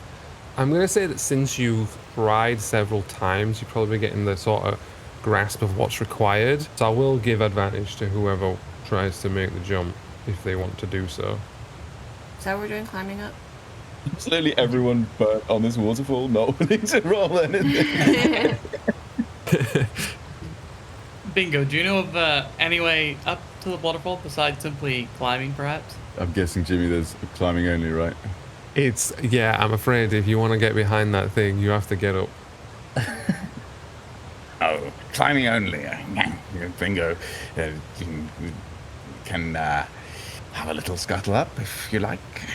Give it a try, Bingo, is a good experience for you. We, of course, have much experience on waterfall. It'd be easy for us, but why don't you give it a Yes, try? I saw. Bingo saw. Not so good for you. Go ahead, Mike, lad best. Can I beg an advantage just because he's been on the golf course for a while? Yeah, I'm going to say, you've been on the golf course long enough and you saw what they had to do and you've all had a go. Well, you've all seen someone have a go. At this point, yeah, you can have advantage as you know what's going to happen and what you've got to do to get up there. Watch me fail on those. No, one's a success. Hey, one's a 5. Yes. Right. So you see Bingo scale up this thing and finally fling yourself. There's like a little cavern behind the waterfall, and in this like sort of semi-circle of basically nothing, there is a small circle of mushrooms, which is strange because this is an unnatural surface, as you probably figured out. It's made of like sort of plexiglass or something, but the mushrooms are growing in a little ring anyway. Bingo knows, follow Bingo. Could I let down any kind of helping? I don't know. Yeah. What have you got? Nothing. Tail. No. What about my tail? Yeah, your tail's pretty long. I'll say that you've got up and you put your tail out, and that means they no longer have to do the big jump, and the rest of it's reasonably easy. So each of you can climb up that way. Betty'd have to make the roll though if she wants to come with you.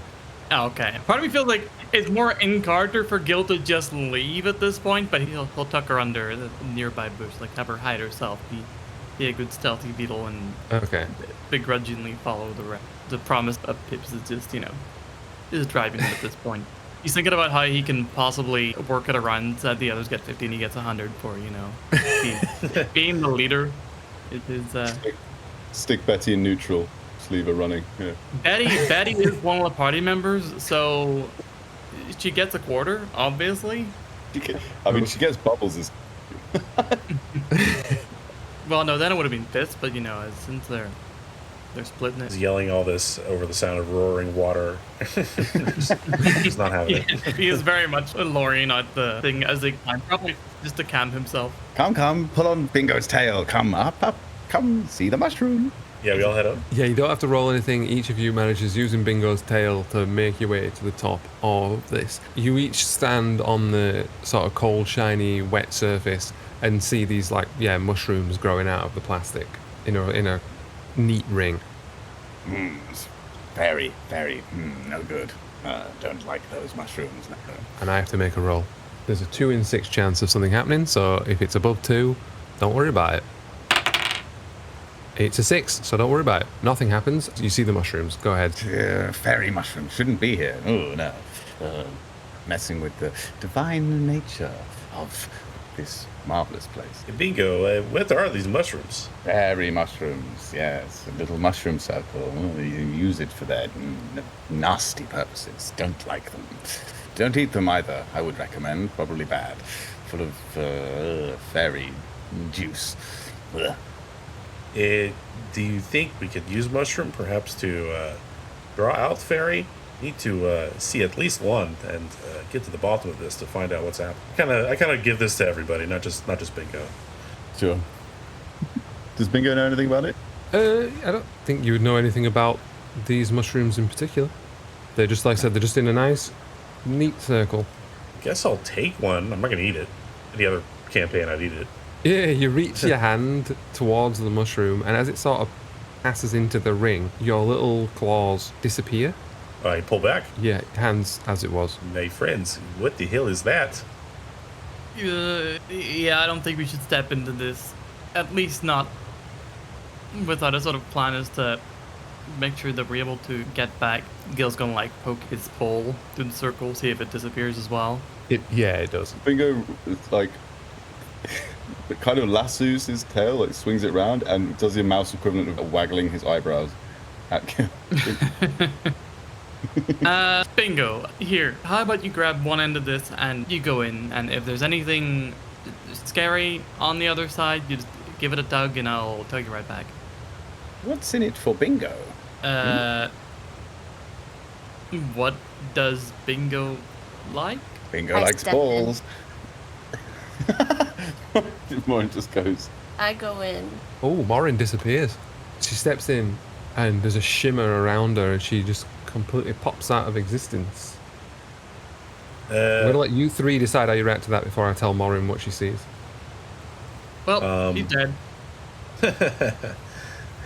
My friends, our quest has led us here up till this point. Morin seems determined to get to the bottom of this right away. I say we head in right after her. We're gonna get nowhere separating ourselves, so we should jump in. So I, having said this, trying to rally the troops, I will also step in. Okay, yeah, Maxim disappears. Gill and Bingo. Gill, pole in hand, just sort of like shoves Bingo towards it. Does Bingo resist?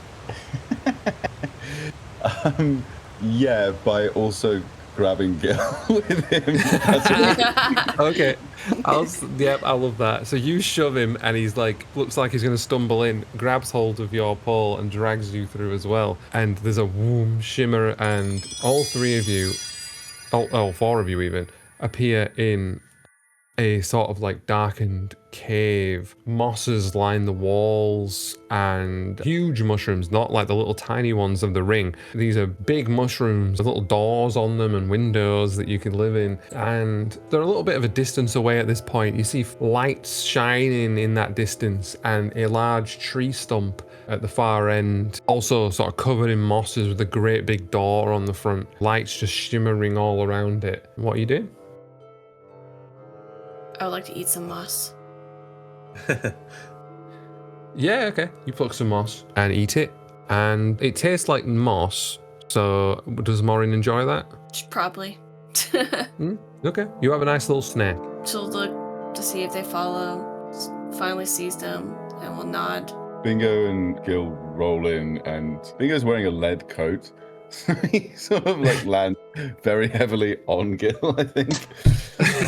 And goes on all fours, just stood like on Gill, and then does mouse things where like I'd want to smell. I want to sniff around what this place is like, kind of looking around, very like, agitated, smelling what you can smell. You can smell the earthy smell of the moss, and the smell of the mushrooms is very strong. Underneath there's this like tingly sort of almost metallic smell, but it's faint underneath the sort of earthy tones of the mushrooms and the moss. Is there any sense of magic there? I don't know if that's something we can sense or not. Well, that since you've said it, that sort of metallic smell, I will say that Bingo's smelt that before after he's seen some of these fairies cast some spells before they take people off behind this waterfall. Bingo smells fairies. Meh. Nasty fairy magic here, lots of it. Oh, glad I'm wearing my protective magical coat. I mean, not magical metal. Ha! Gill is, as soon as he's able to like wriggle from underneath Bingo, he's like looking back. Is there like another ring of mushrooms? Is there anything that he's very much scrabbling around the ground for? Yeah, absolutely. There's a little tiny ring behind you that's pretty much identical to the one you stepped through. Yeah, when he sees his paws disappear too bad, he look at a sigh of relief and get up, straighten his hat on, and say, "Okay, so the fairies are real, and I assume this is perhaps their lair." It seems so, Fat Mouse. I was expecting some kind of more mundane creature, but wow, magic is real. That's crazy. Magic everywhere. Bingo's gonna quickly elbow Morin and then be like, "Your friend makes for a nice soft landing." Yes, he's very pudgy. It's his best feature for sure. So I guess I think you said there were mushroom windows and houses and such. Mm-hmm. I will, I guess, try the first one. See if there's anyone home. Let's roll a d6. I'll say if it's a 1, 2, or 3, they're not.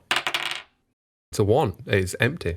But you open the door into this little mushroom house, and there's just a little tiny well, to you, normal size, I suppose, wooden table and chairs, and there's like a little kitchenette type deal and a little tiny bed. It looks very, very cozy. I'll say that as you open that door, those outside, I think you'd start to see some of the lights heading over your way. Gonna die. Yeah, are there any hiding spots? Gil's not even gonna say anything. He's gonna immediately just try to get behind something. That Yeah, you can like hide Come behind on. the house. Under the table. Okay, you hide under the table. Gill goes behind the house. What's Maxim and Morin doing? I'm gonna go behind the house as well. Okay. Me too. I'm scared to go in because it could be their house. Just let Bingo inside there under the table. Idiot. Bingo, you see a light appear in the doorway and then fade away, and two dainty green legs, since you're sort of laid down under the thing. The sort of bottom of a skirt made of like a few leaves sort of looks around. And are you doing anything at that point? He's gonna look at the others and go, it's a fairy. That's what Well, he's I don't gonna think say. we're near each other at this point. No, They're all Yeah. outside. It's just you in there. He's do that just anymore. whispering to no one. I didn't He yells realize out to us.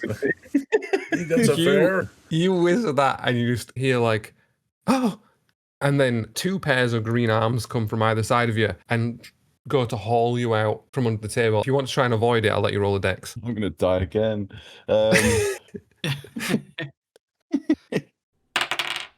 No.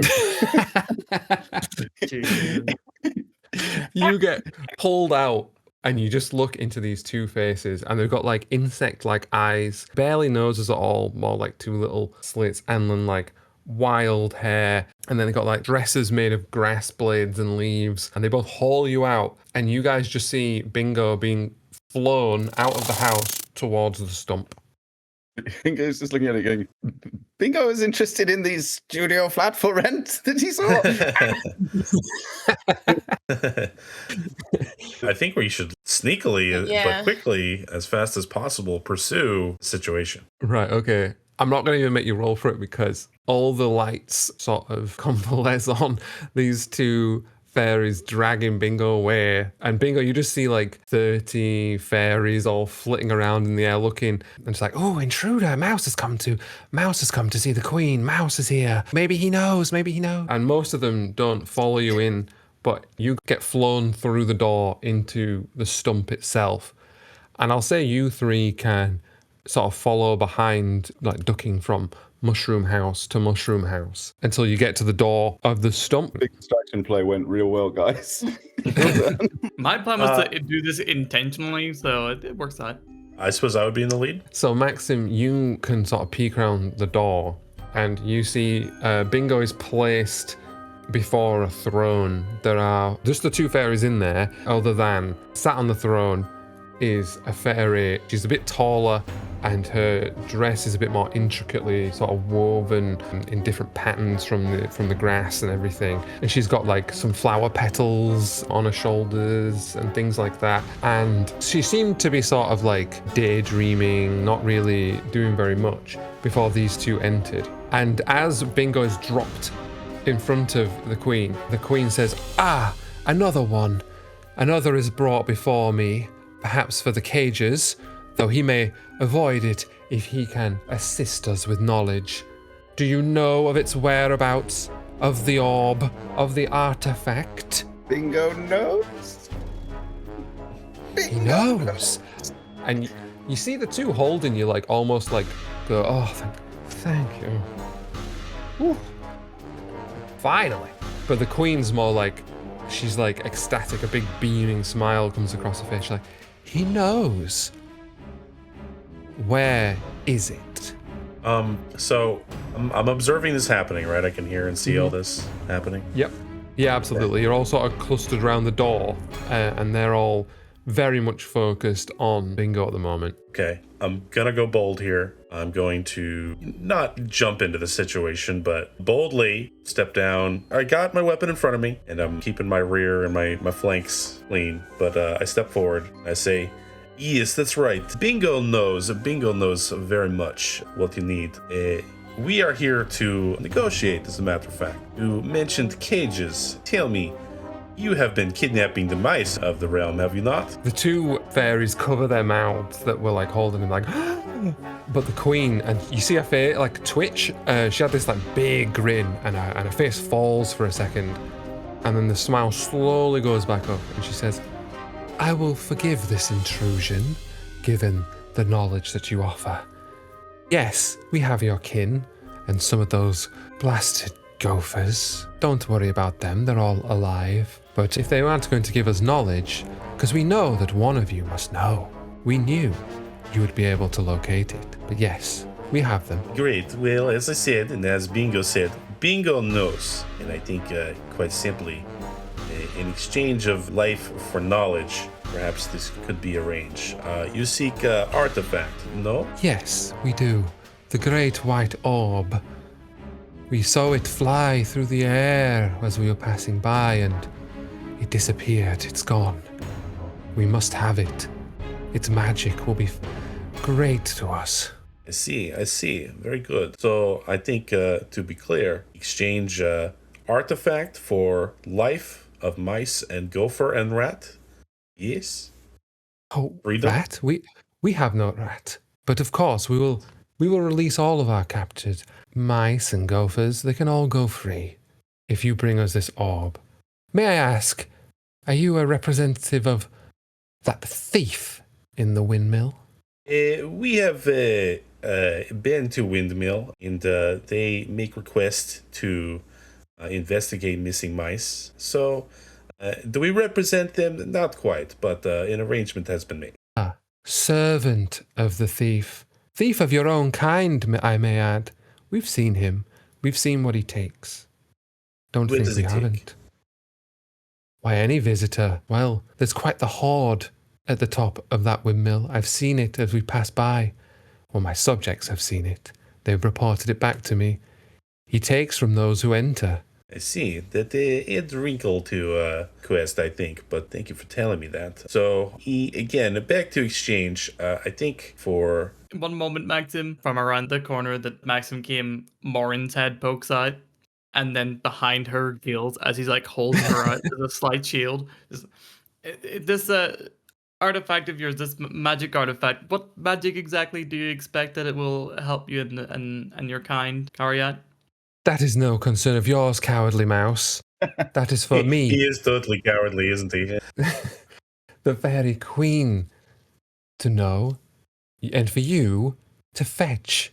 You and your kind here, you all seem quite adept at carrying mice and spiriting them away. You said there's a horde at the top of the windmill? Oh yes, there's a window at the top. In it, there's the glitter of pips, as you call them, and a great gleam of gold. Well, you seem to be quite critical, perhaps not exactly the greatest fan of the guy that runs the windmill and their kind there. So I have a addendum to the offering that my friend here, Maxim, is going to make to you. How Here we about go. if we retrieve the artifact for you, as well as releasing the mice and the gophers back to their own ways? How about you help us, and we also help you get a little revenge? If you can take me and my compatriots to the top of that windmill, we'll make that thief of our own kind, you say. We'll make him pay. Oh, I like that. I'm gonna say you have to roll a will check, but you can have advantage because I think that's pretty persuasive. My will is 12. There we go. You got a 7 on one of them. You look at her, and there's quite a lot of pride to her. She almost doesn't want to accept on principle. Like, she's holding it back, and you just see her like cover her own mouth as she looks up as she thinks about it, and she says, "Never have I had to deal with such impudence. However, the artifact is special to me. If you will fetch it, then my subjects will carry you where you want to go." At that point, Gil's gonna step out, puffed up chest, and drag Morin and say, "As it so happens, we're veteran adventurers. We have fetched many an artifact before. We are your mice." We find. One small wrinkle, is possible to get proof of life for a captured mice and gopher. And we want that one back. Oh, Pointing to Bingo. of course. Take him. He knows where it is. He'll help you, I'm sure. Take him and find it. In fact, I'll release another as a good will gesture. And she clicks to one of the fairies who disappears. Just in case Mega dies again. And you hear a bar being taken away from a cage. Now go, find my artifact, mice. Okay. You go. So you're all just heading out? You happy to do that? I think so. Scuttling as fast as he can. You scuttle/walk back to the fairy ring. and appear back on the other side of the waterfall. I won't make you roll to get down. I think this waterfall's done enough damage. Psychic damage more than anything. We all just live in fear of it. Yeah. The thing is, I've not had a single random encounter show up, and a lot of them are fairy-based. And I'll just tell you that, because it is a bit strange that they're all talking about all these fairies knocking around, and then you didn't meet them until you went to the house. So I was like, oh yeah, they'll hit a fairy at some point. No, they won't. They'll hit a waterfall. So yeah, you managed to avoid all that, but then it went absolutely diabolically at the waterfall. Okay, yeah, so you were outside the waterfall. Where are you guys headed? Well, first of all, Bingo. You say Bingo knows. You better know. You know? Bingo? Bingo, maybe no. Oh dear. So, I'm just gonna let you know. Bingo knows that a tunnel has been blocked by a ball. I was And also going to best, yeah, his best guess is that the ball is what they're talking about, which is a sort of divine thing for Bingo. He's like, Bingo got a best guess. Yes, I remember Gopher talk about the blocked tunnel. Yes, you're right. I suppose that's our next step. Yep. Yeah. Western Tunnel. Okay, let's hope it's right. Oh boy. You head past the shed then. You just hear from in the shed, oh, they're still alive. And walk over to the tunnel on the other side. Just to note, I do retrieve Betty as well. Oh yeah, of course. Yeah, you can have Betty back. And so there's a dry dirt piled high in the manner of a burial mound. Loose earth, the top of it reveals a shallow opening. And you can see the tunnel goes down into the earth. Here we go. It's dark as hell. Torch aloft. Torch aloft. Torch lit. I don't think you've even used a full charge on it, just based on the gopher thing. So off you pop down there with your torch. It goes on for a little while until it does come to a dead end. And there is a gleaming white convex surface at the end, pocked with little holes almost, not quite, but you know what I'm talking about, because it's a little golf ball. And it is clearly blocking the passage. Bingo's best guess. Ball. Magic.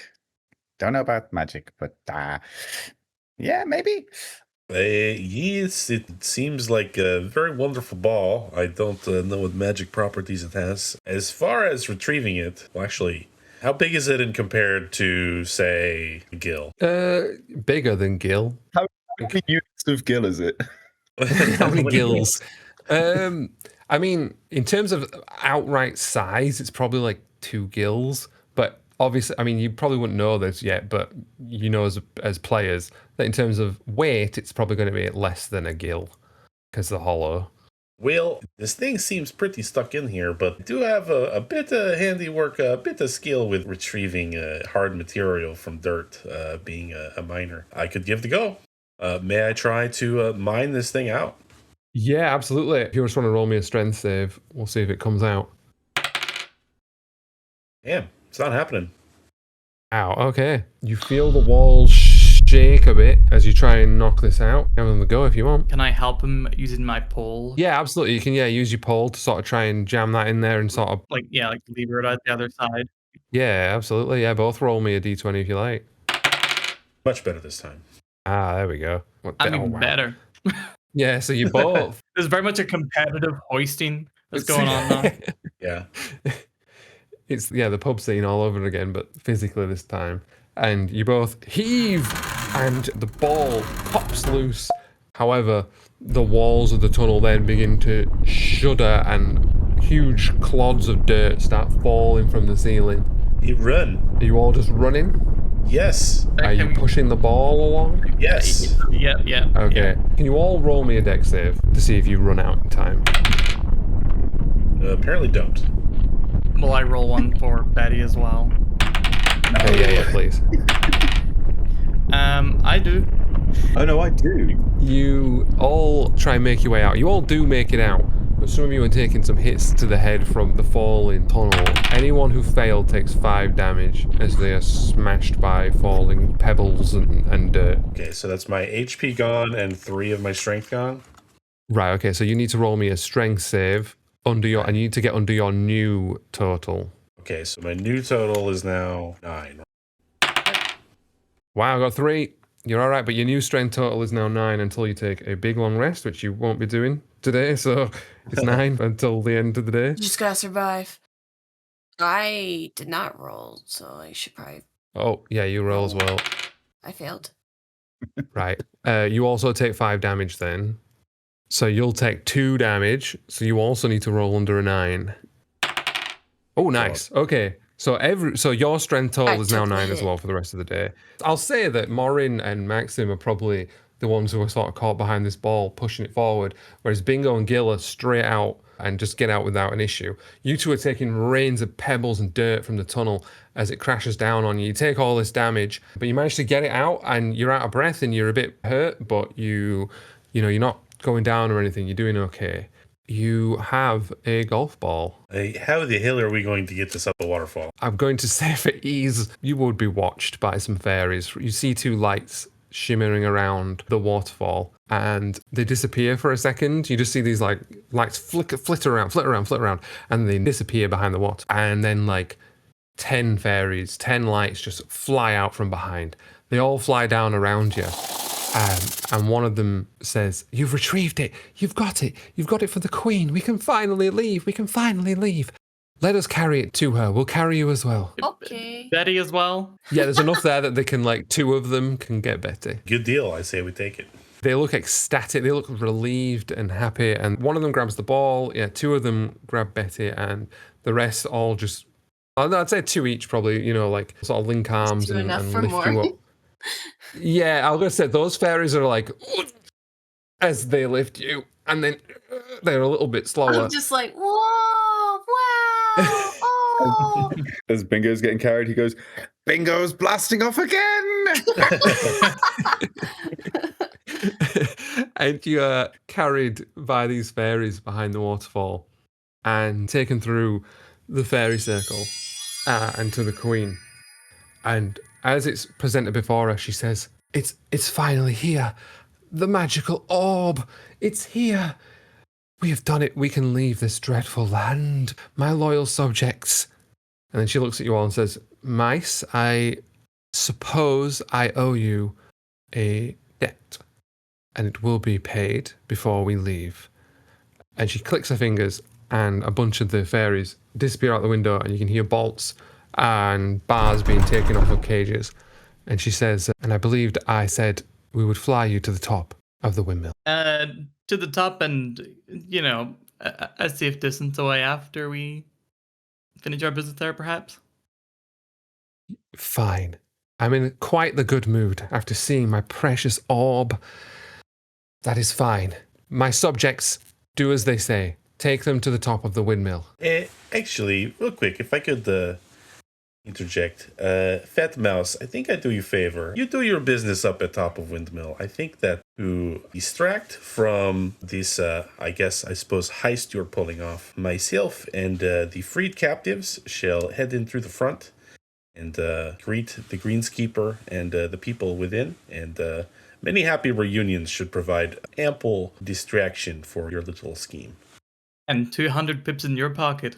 Hey, Maxim. Hey. I think I'm starting to like your... Hey, spasibo. Yeah, I think we have begun the friendship finally. Yeah, gonna give him a little paw shake, a little scrabbly shake. I dap him up. They do the awkward thing where one goes for a handshake and one goes for a dap, and then they swap over.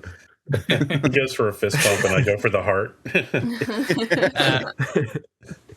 Gill's gonna look over at Morin and say, Morin, I know that you're done a patron at this point, but I tell you, me and Betty, we go on an awful lot of travels and we find an awful lot of trash on the way.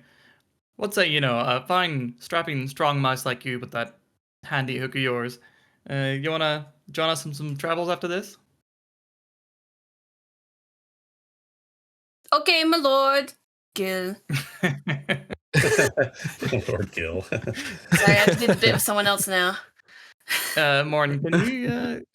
I just want to see what that was like when you lifted Bubble up and... I want to try to spun pick him like up, yeah. Strength check. No, it's I too don't think mean. I And need this to. moment, No. this moment's too Yeah, he's touching. big. She picks him up and she can spin I'll him spin round to you her heart's around, yes. content. It just imagine like the physics of like if you deck like a water balloon by the tie and you spin that around. That's what it looks like. You got jiggle physics. Love Yeah, her, we like, know. We know. yeah. Jiggle physics. Dead or alive type shit. You spin him around, and even some of the fairies are sort of, you know, where they like tilt their head to the side and clasp their fists underneath, you know, like in a sort of, kind of look. And yeah, they look expectantly towards you. They're happy to ferry you down to whoever wants it can go up to the top of the windmill, and those who want to just go to the bottom can do so. It's up to you.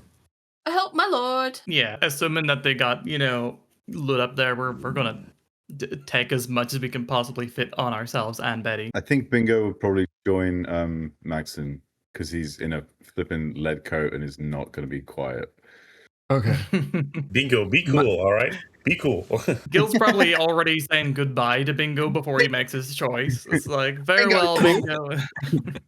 Bingo is cool. Bingo is always cool. Bingo is cool. Okay, so fairies once again grab you under the arm, and the fairy queen gives sort of a little thank you as you leave, but you can tell it kind of hurts her to say it a little bit. And they take you through the ring, and they're smart. So the ones that are flying Morin and Gill hang back a bit, and the other two drop you at the windmill door, fly off. And obviously all the mice are like, you can see them looking through some of the windows at you guys, and that's when the other two fairies make their way to the windmill at the very top. And so Maxim and Bingo, as you land, the door opens and the shaky guard is even more shaky, given he's just seen two fairies drop you off. But he's like, "Oh, what's going on? What's happening?" Fear not, Scared Mouse. You and Greenskeeper set us out on quest, and we complete it. We have arranged for complete and total freedom of your people, and not just them either, but Gopher as well. And as last bit of good news, the fairies, they'll be departing this land, and your realm is once again yours. They're gonna go. And he like runs inside, clunking his little coat can armor and shaking his golf tee, because that's what it was, around. And he says, they're going. And he's like waving you inside to come and speak to the greenskeeper. As I'm heading in, I'm full on Hulkamania posing, being like, yes, people, you are free. Raising the most clamor I can. Bingo helped. Bingo helped. Bingo helped. Bingo is so helpful. Thank you, Bingo. Bingo knows. You just hear like loads of whooping and clapping, and as you're taken up towards the greenskeeper, he looks down with awe. He's like, "You did it! We were watching. We saw the snake eat your friend. What happened? How did you do it? They're really gonna go?" Yes, they're really going to go, and yes, they were amenable more than perhaps one would think, given their nefarious dealings with you so far. But yes, they needed a helping hand with their own problem, and having done so, freedom is assured to your people. As you say that, some of the lost mice have started being dropped off by fairies as well, and they're like walking up the stairs, and you can just see like reunited like wives hugging husbands and children hugging their mums that were taken and things like that. And obviously this is evidence enough to him. He's like, I cannot believe this. This is fantastic news. You have saved the realm. You've saved the green. And we'll just cut then to Morin and Gill. You are dropped off at a round window at the top. You're able to pull it open. I need to do a roll now, actually. Oh shit. Time to die. It's not quite that. So I got a 5. So, I didn't know if the greenskeeper told you a lie until now, but he didn't, because there are 500 pips scattered around this top floor, and a great big golden golf trophy. How big is the golf trophy? How many girls? Well, actually, now you think about it, a human-sized one probably wouldn't fit in the windmill. So we're going to say it's a miniature one. Like from the souvenir shop or something? Yeah, it's a little souvenir-sized That's one. participation trophy. You did it. But you do think it would be worth like 1,000 pips if you sold that. Could Betty carry? Yeah, you can put it on Betty's back. All right, we'll take it all. We'll leave 50 pips for Maxim. I'll make sure it gets onto Betty. I'll be sure to position it and all that. The fairies agreed, so they're waiting outside. So as you're hauling this into your pockets/bags, you can hear downstairs like a muffled version of what Maxim and Bingo are being told. At one point, the greenskeeper does look at you, Bingo, in confusion. And he's just like, who the hell? But then just decides, you know what? It's not worth asking. And he just says, well, I believe I owe you some pips. If you'd like to join me, I'll take you upstairs. He's looking quite surreptitiously at his subjects. And he's just like, I'll go and I'll take these two up to get their reward, and then we can enjoy the freedom of the realm. So please, everyone, go outside and rejoice on the grass. And he says, well, if you'd like to come with me. He's being quite sus right now, but so am I. So I'm gonna have to play into this and follow willingly. Right, okay, you guys, as you stuff in your pockets, roll me a dex to see if you can stuff it all in your pockets and get out the window before he gets up there. Fuck. Nope. Oh my god. So, you have a good chunk of it in your pockets. A good chunk, but not all of it. Morin's got the trophy in her hand, and the hatch door opens, and the greenskeeper pops his head out, but he's looking down, like he's been looking behind him the whole time, which Maxim and Bingo would see. Like he's keeps looking shiftily behind him. So he sort of steps in and then turns to look at you guys with your pockets full, and he's like, what is this? Healing from the masses. I'm gonna bonk him on the head. I'm gonna attempt to KO him. Right, yeah, roll me, your damage. Damage, right? 9. Yeah. Well, that takes all his hit points right off, and he does not have much strength left after that, at all. It was an attack, yes, but the goal is to KO him. Yeah, I'll say it's non-lethal. Yeah. Yeah, I'll say it's non-lethal. I'll say if he fails this strength check, he's just knocked out, clean unconscious, little birdies flying around his head. I'm just doing the math, which I'm apparently bad at. He's got to get a 1 or a 2. And he did not. So you That's low enough still. bonk him on the back of the head. He's like, well, what is it? And it just splats down on the floor, unconscious. And he told everyone to go away, so no one is coming up. What are you guys doing? Maxim Bingo. Quite pleased with how this has gone. Companions, en route to a saving realm, we have robbed it, all its resources. Good job. I think we need to depart this place immediately if we can. Fairies? Yep. Tell you what, Maxim, since you've taken the initiative here, you keep the pips there. I'll just take this, this trophy here. That'll do me fine. Whatever you say, Fat Mouse, frankly, it was never about pips for me. It was about greatness of adventure. And frankly, once they hear of my exploits back at home, the Tsar will reward me greatly. I'll never want for drink again. I want pips later. Bingo, go, go, go, go. Bingo, you're coming with us? Don't you live here? You robbed it. I can't.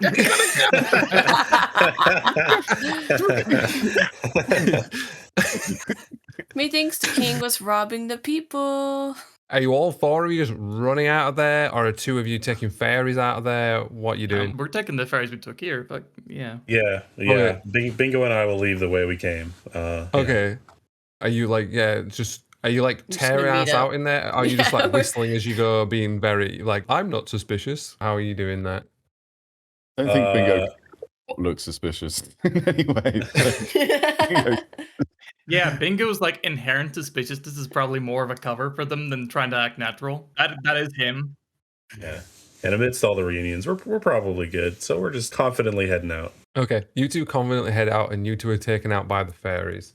And you are dropped off back at the chain link fence that you came in through, and you have completed It's Rough in the Rough. Well done. Huzzah. Jimmy, can I just do a quick outro thing? I was going to ask you all what happened to your characters. They are quite rich, Mausritter does have a leveling up system. You probably level up a bunch of times from that. Not that it's not a massive part of it. It's not like D&D where you're getting all kinds of new. It's mostly just more health and stats and things. But that is a real good haul. So you are very rich mice now. Yeah. Oh, I found the table. Oh, actually, no. It does take 1,000 points to get to level 2, so never mind. But so PB would level up. But you all are quite rich, and I think you'd probably hear tales, you know, a month down the line that there was no sort of like mass starvation or anything, because none of them even realized what was happening. Morin called it. Yeah, the greenskeeper might have ended up getting deposed at some point.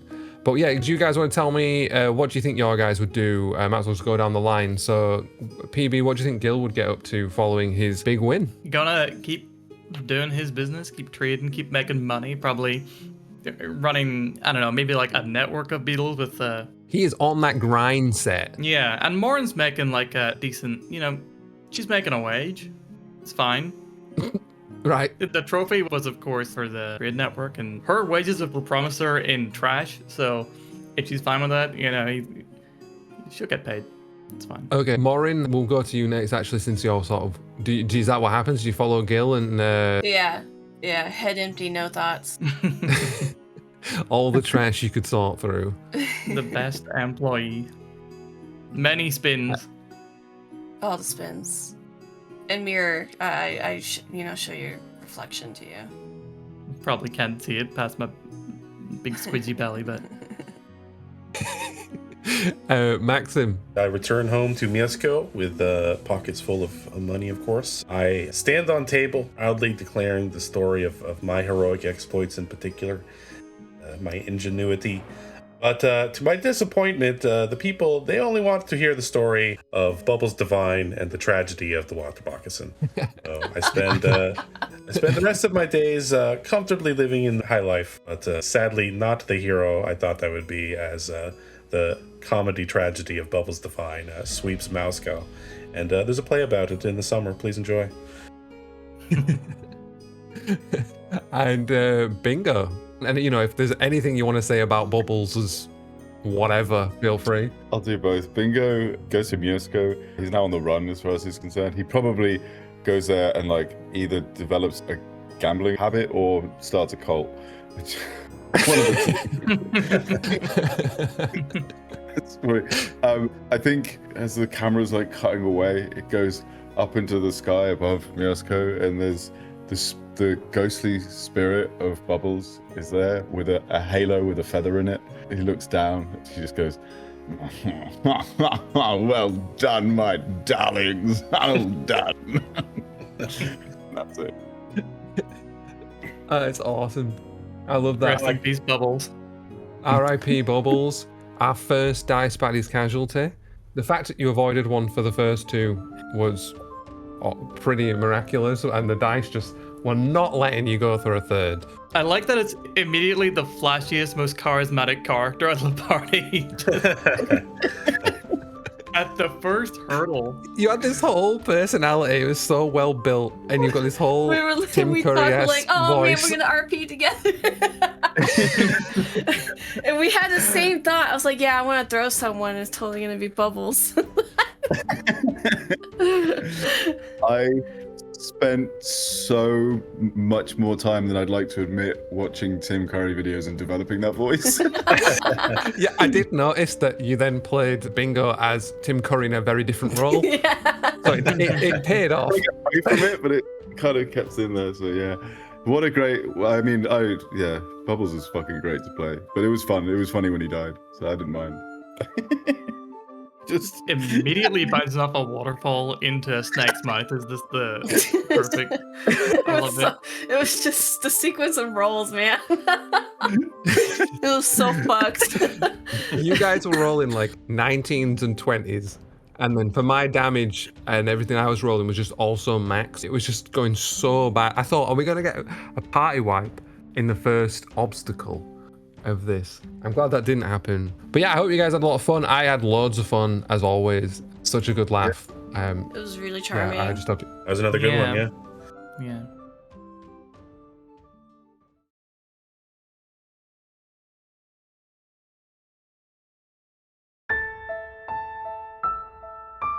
If anyone falls in, I played a lifeguard in Mouse Hole Volume 3. I've got you.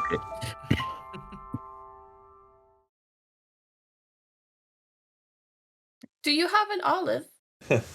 And olives? No. If you've got an olive, you've got to share. Come on. I don't have an olive.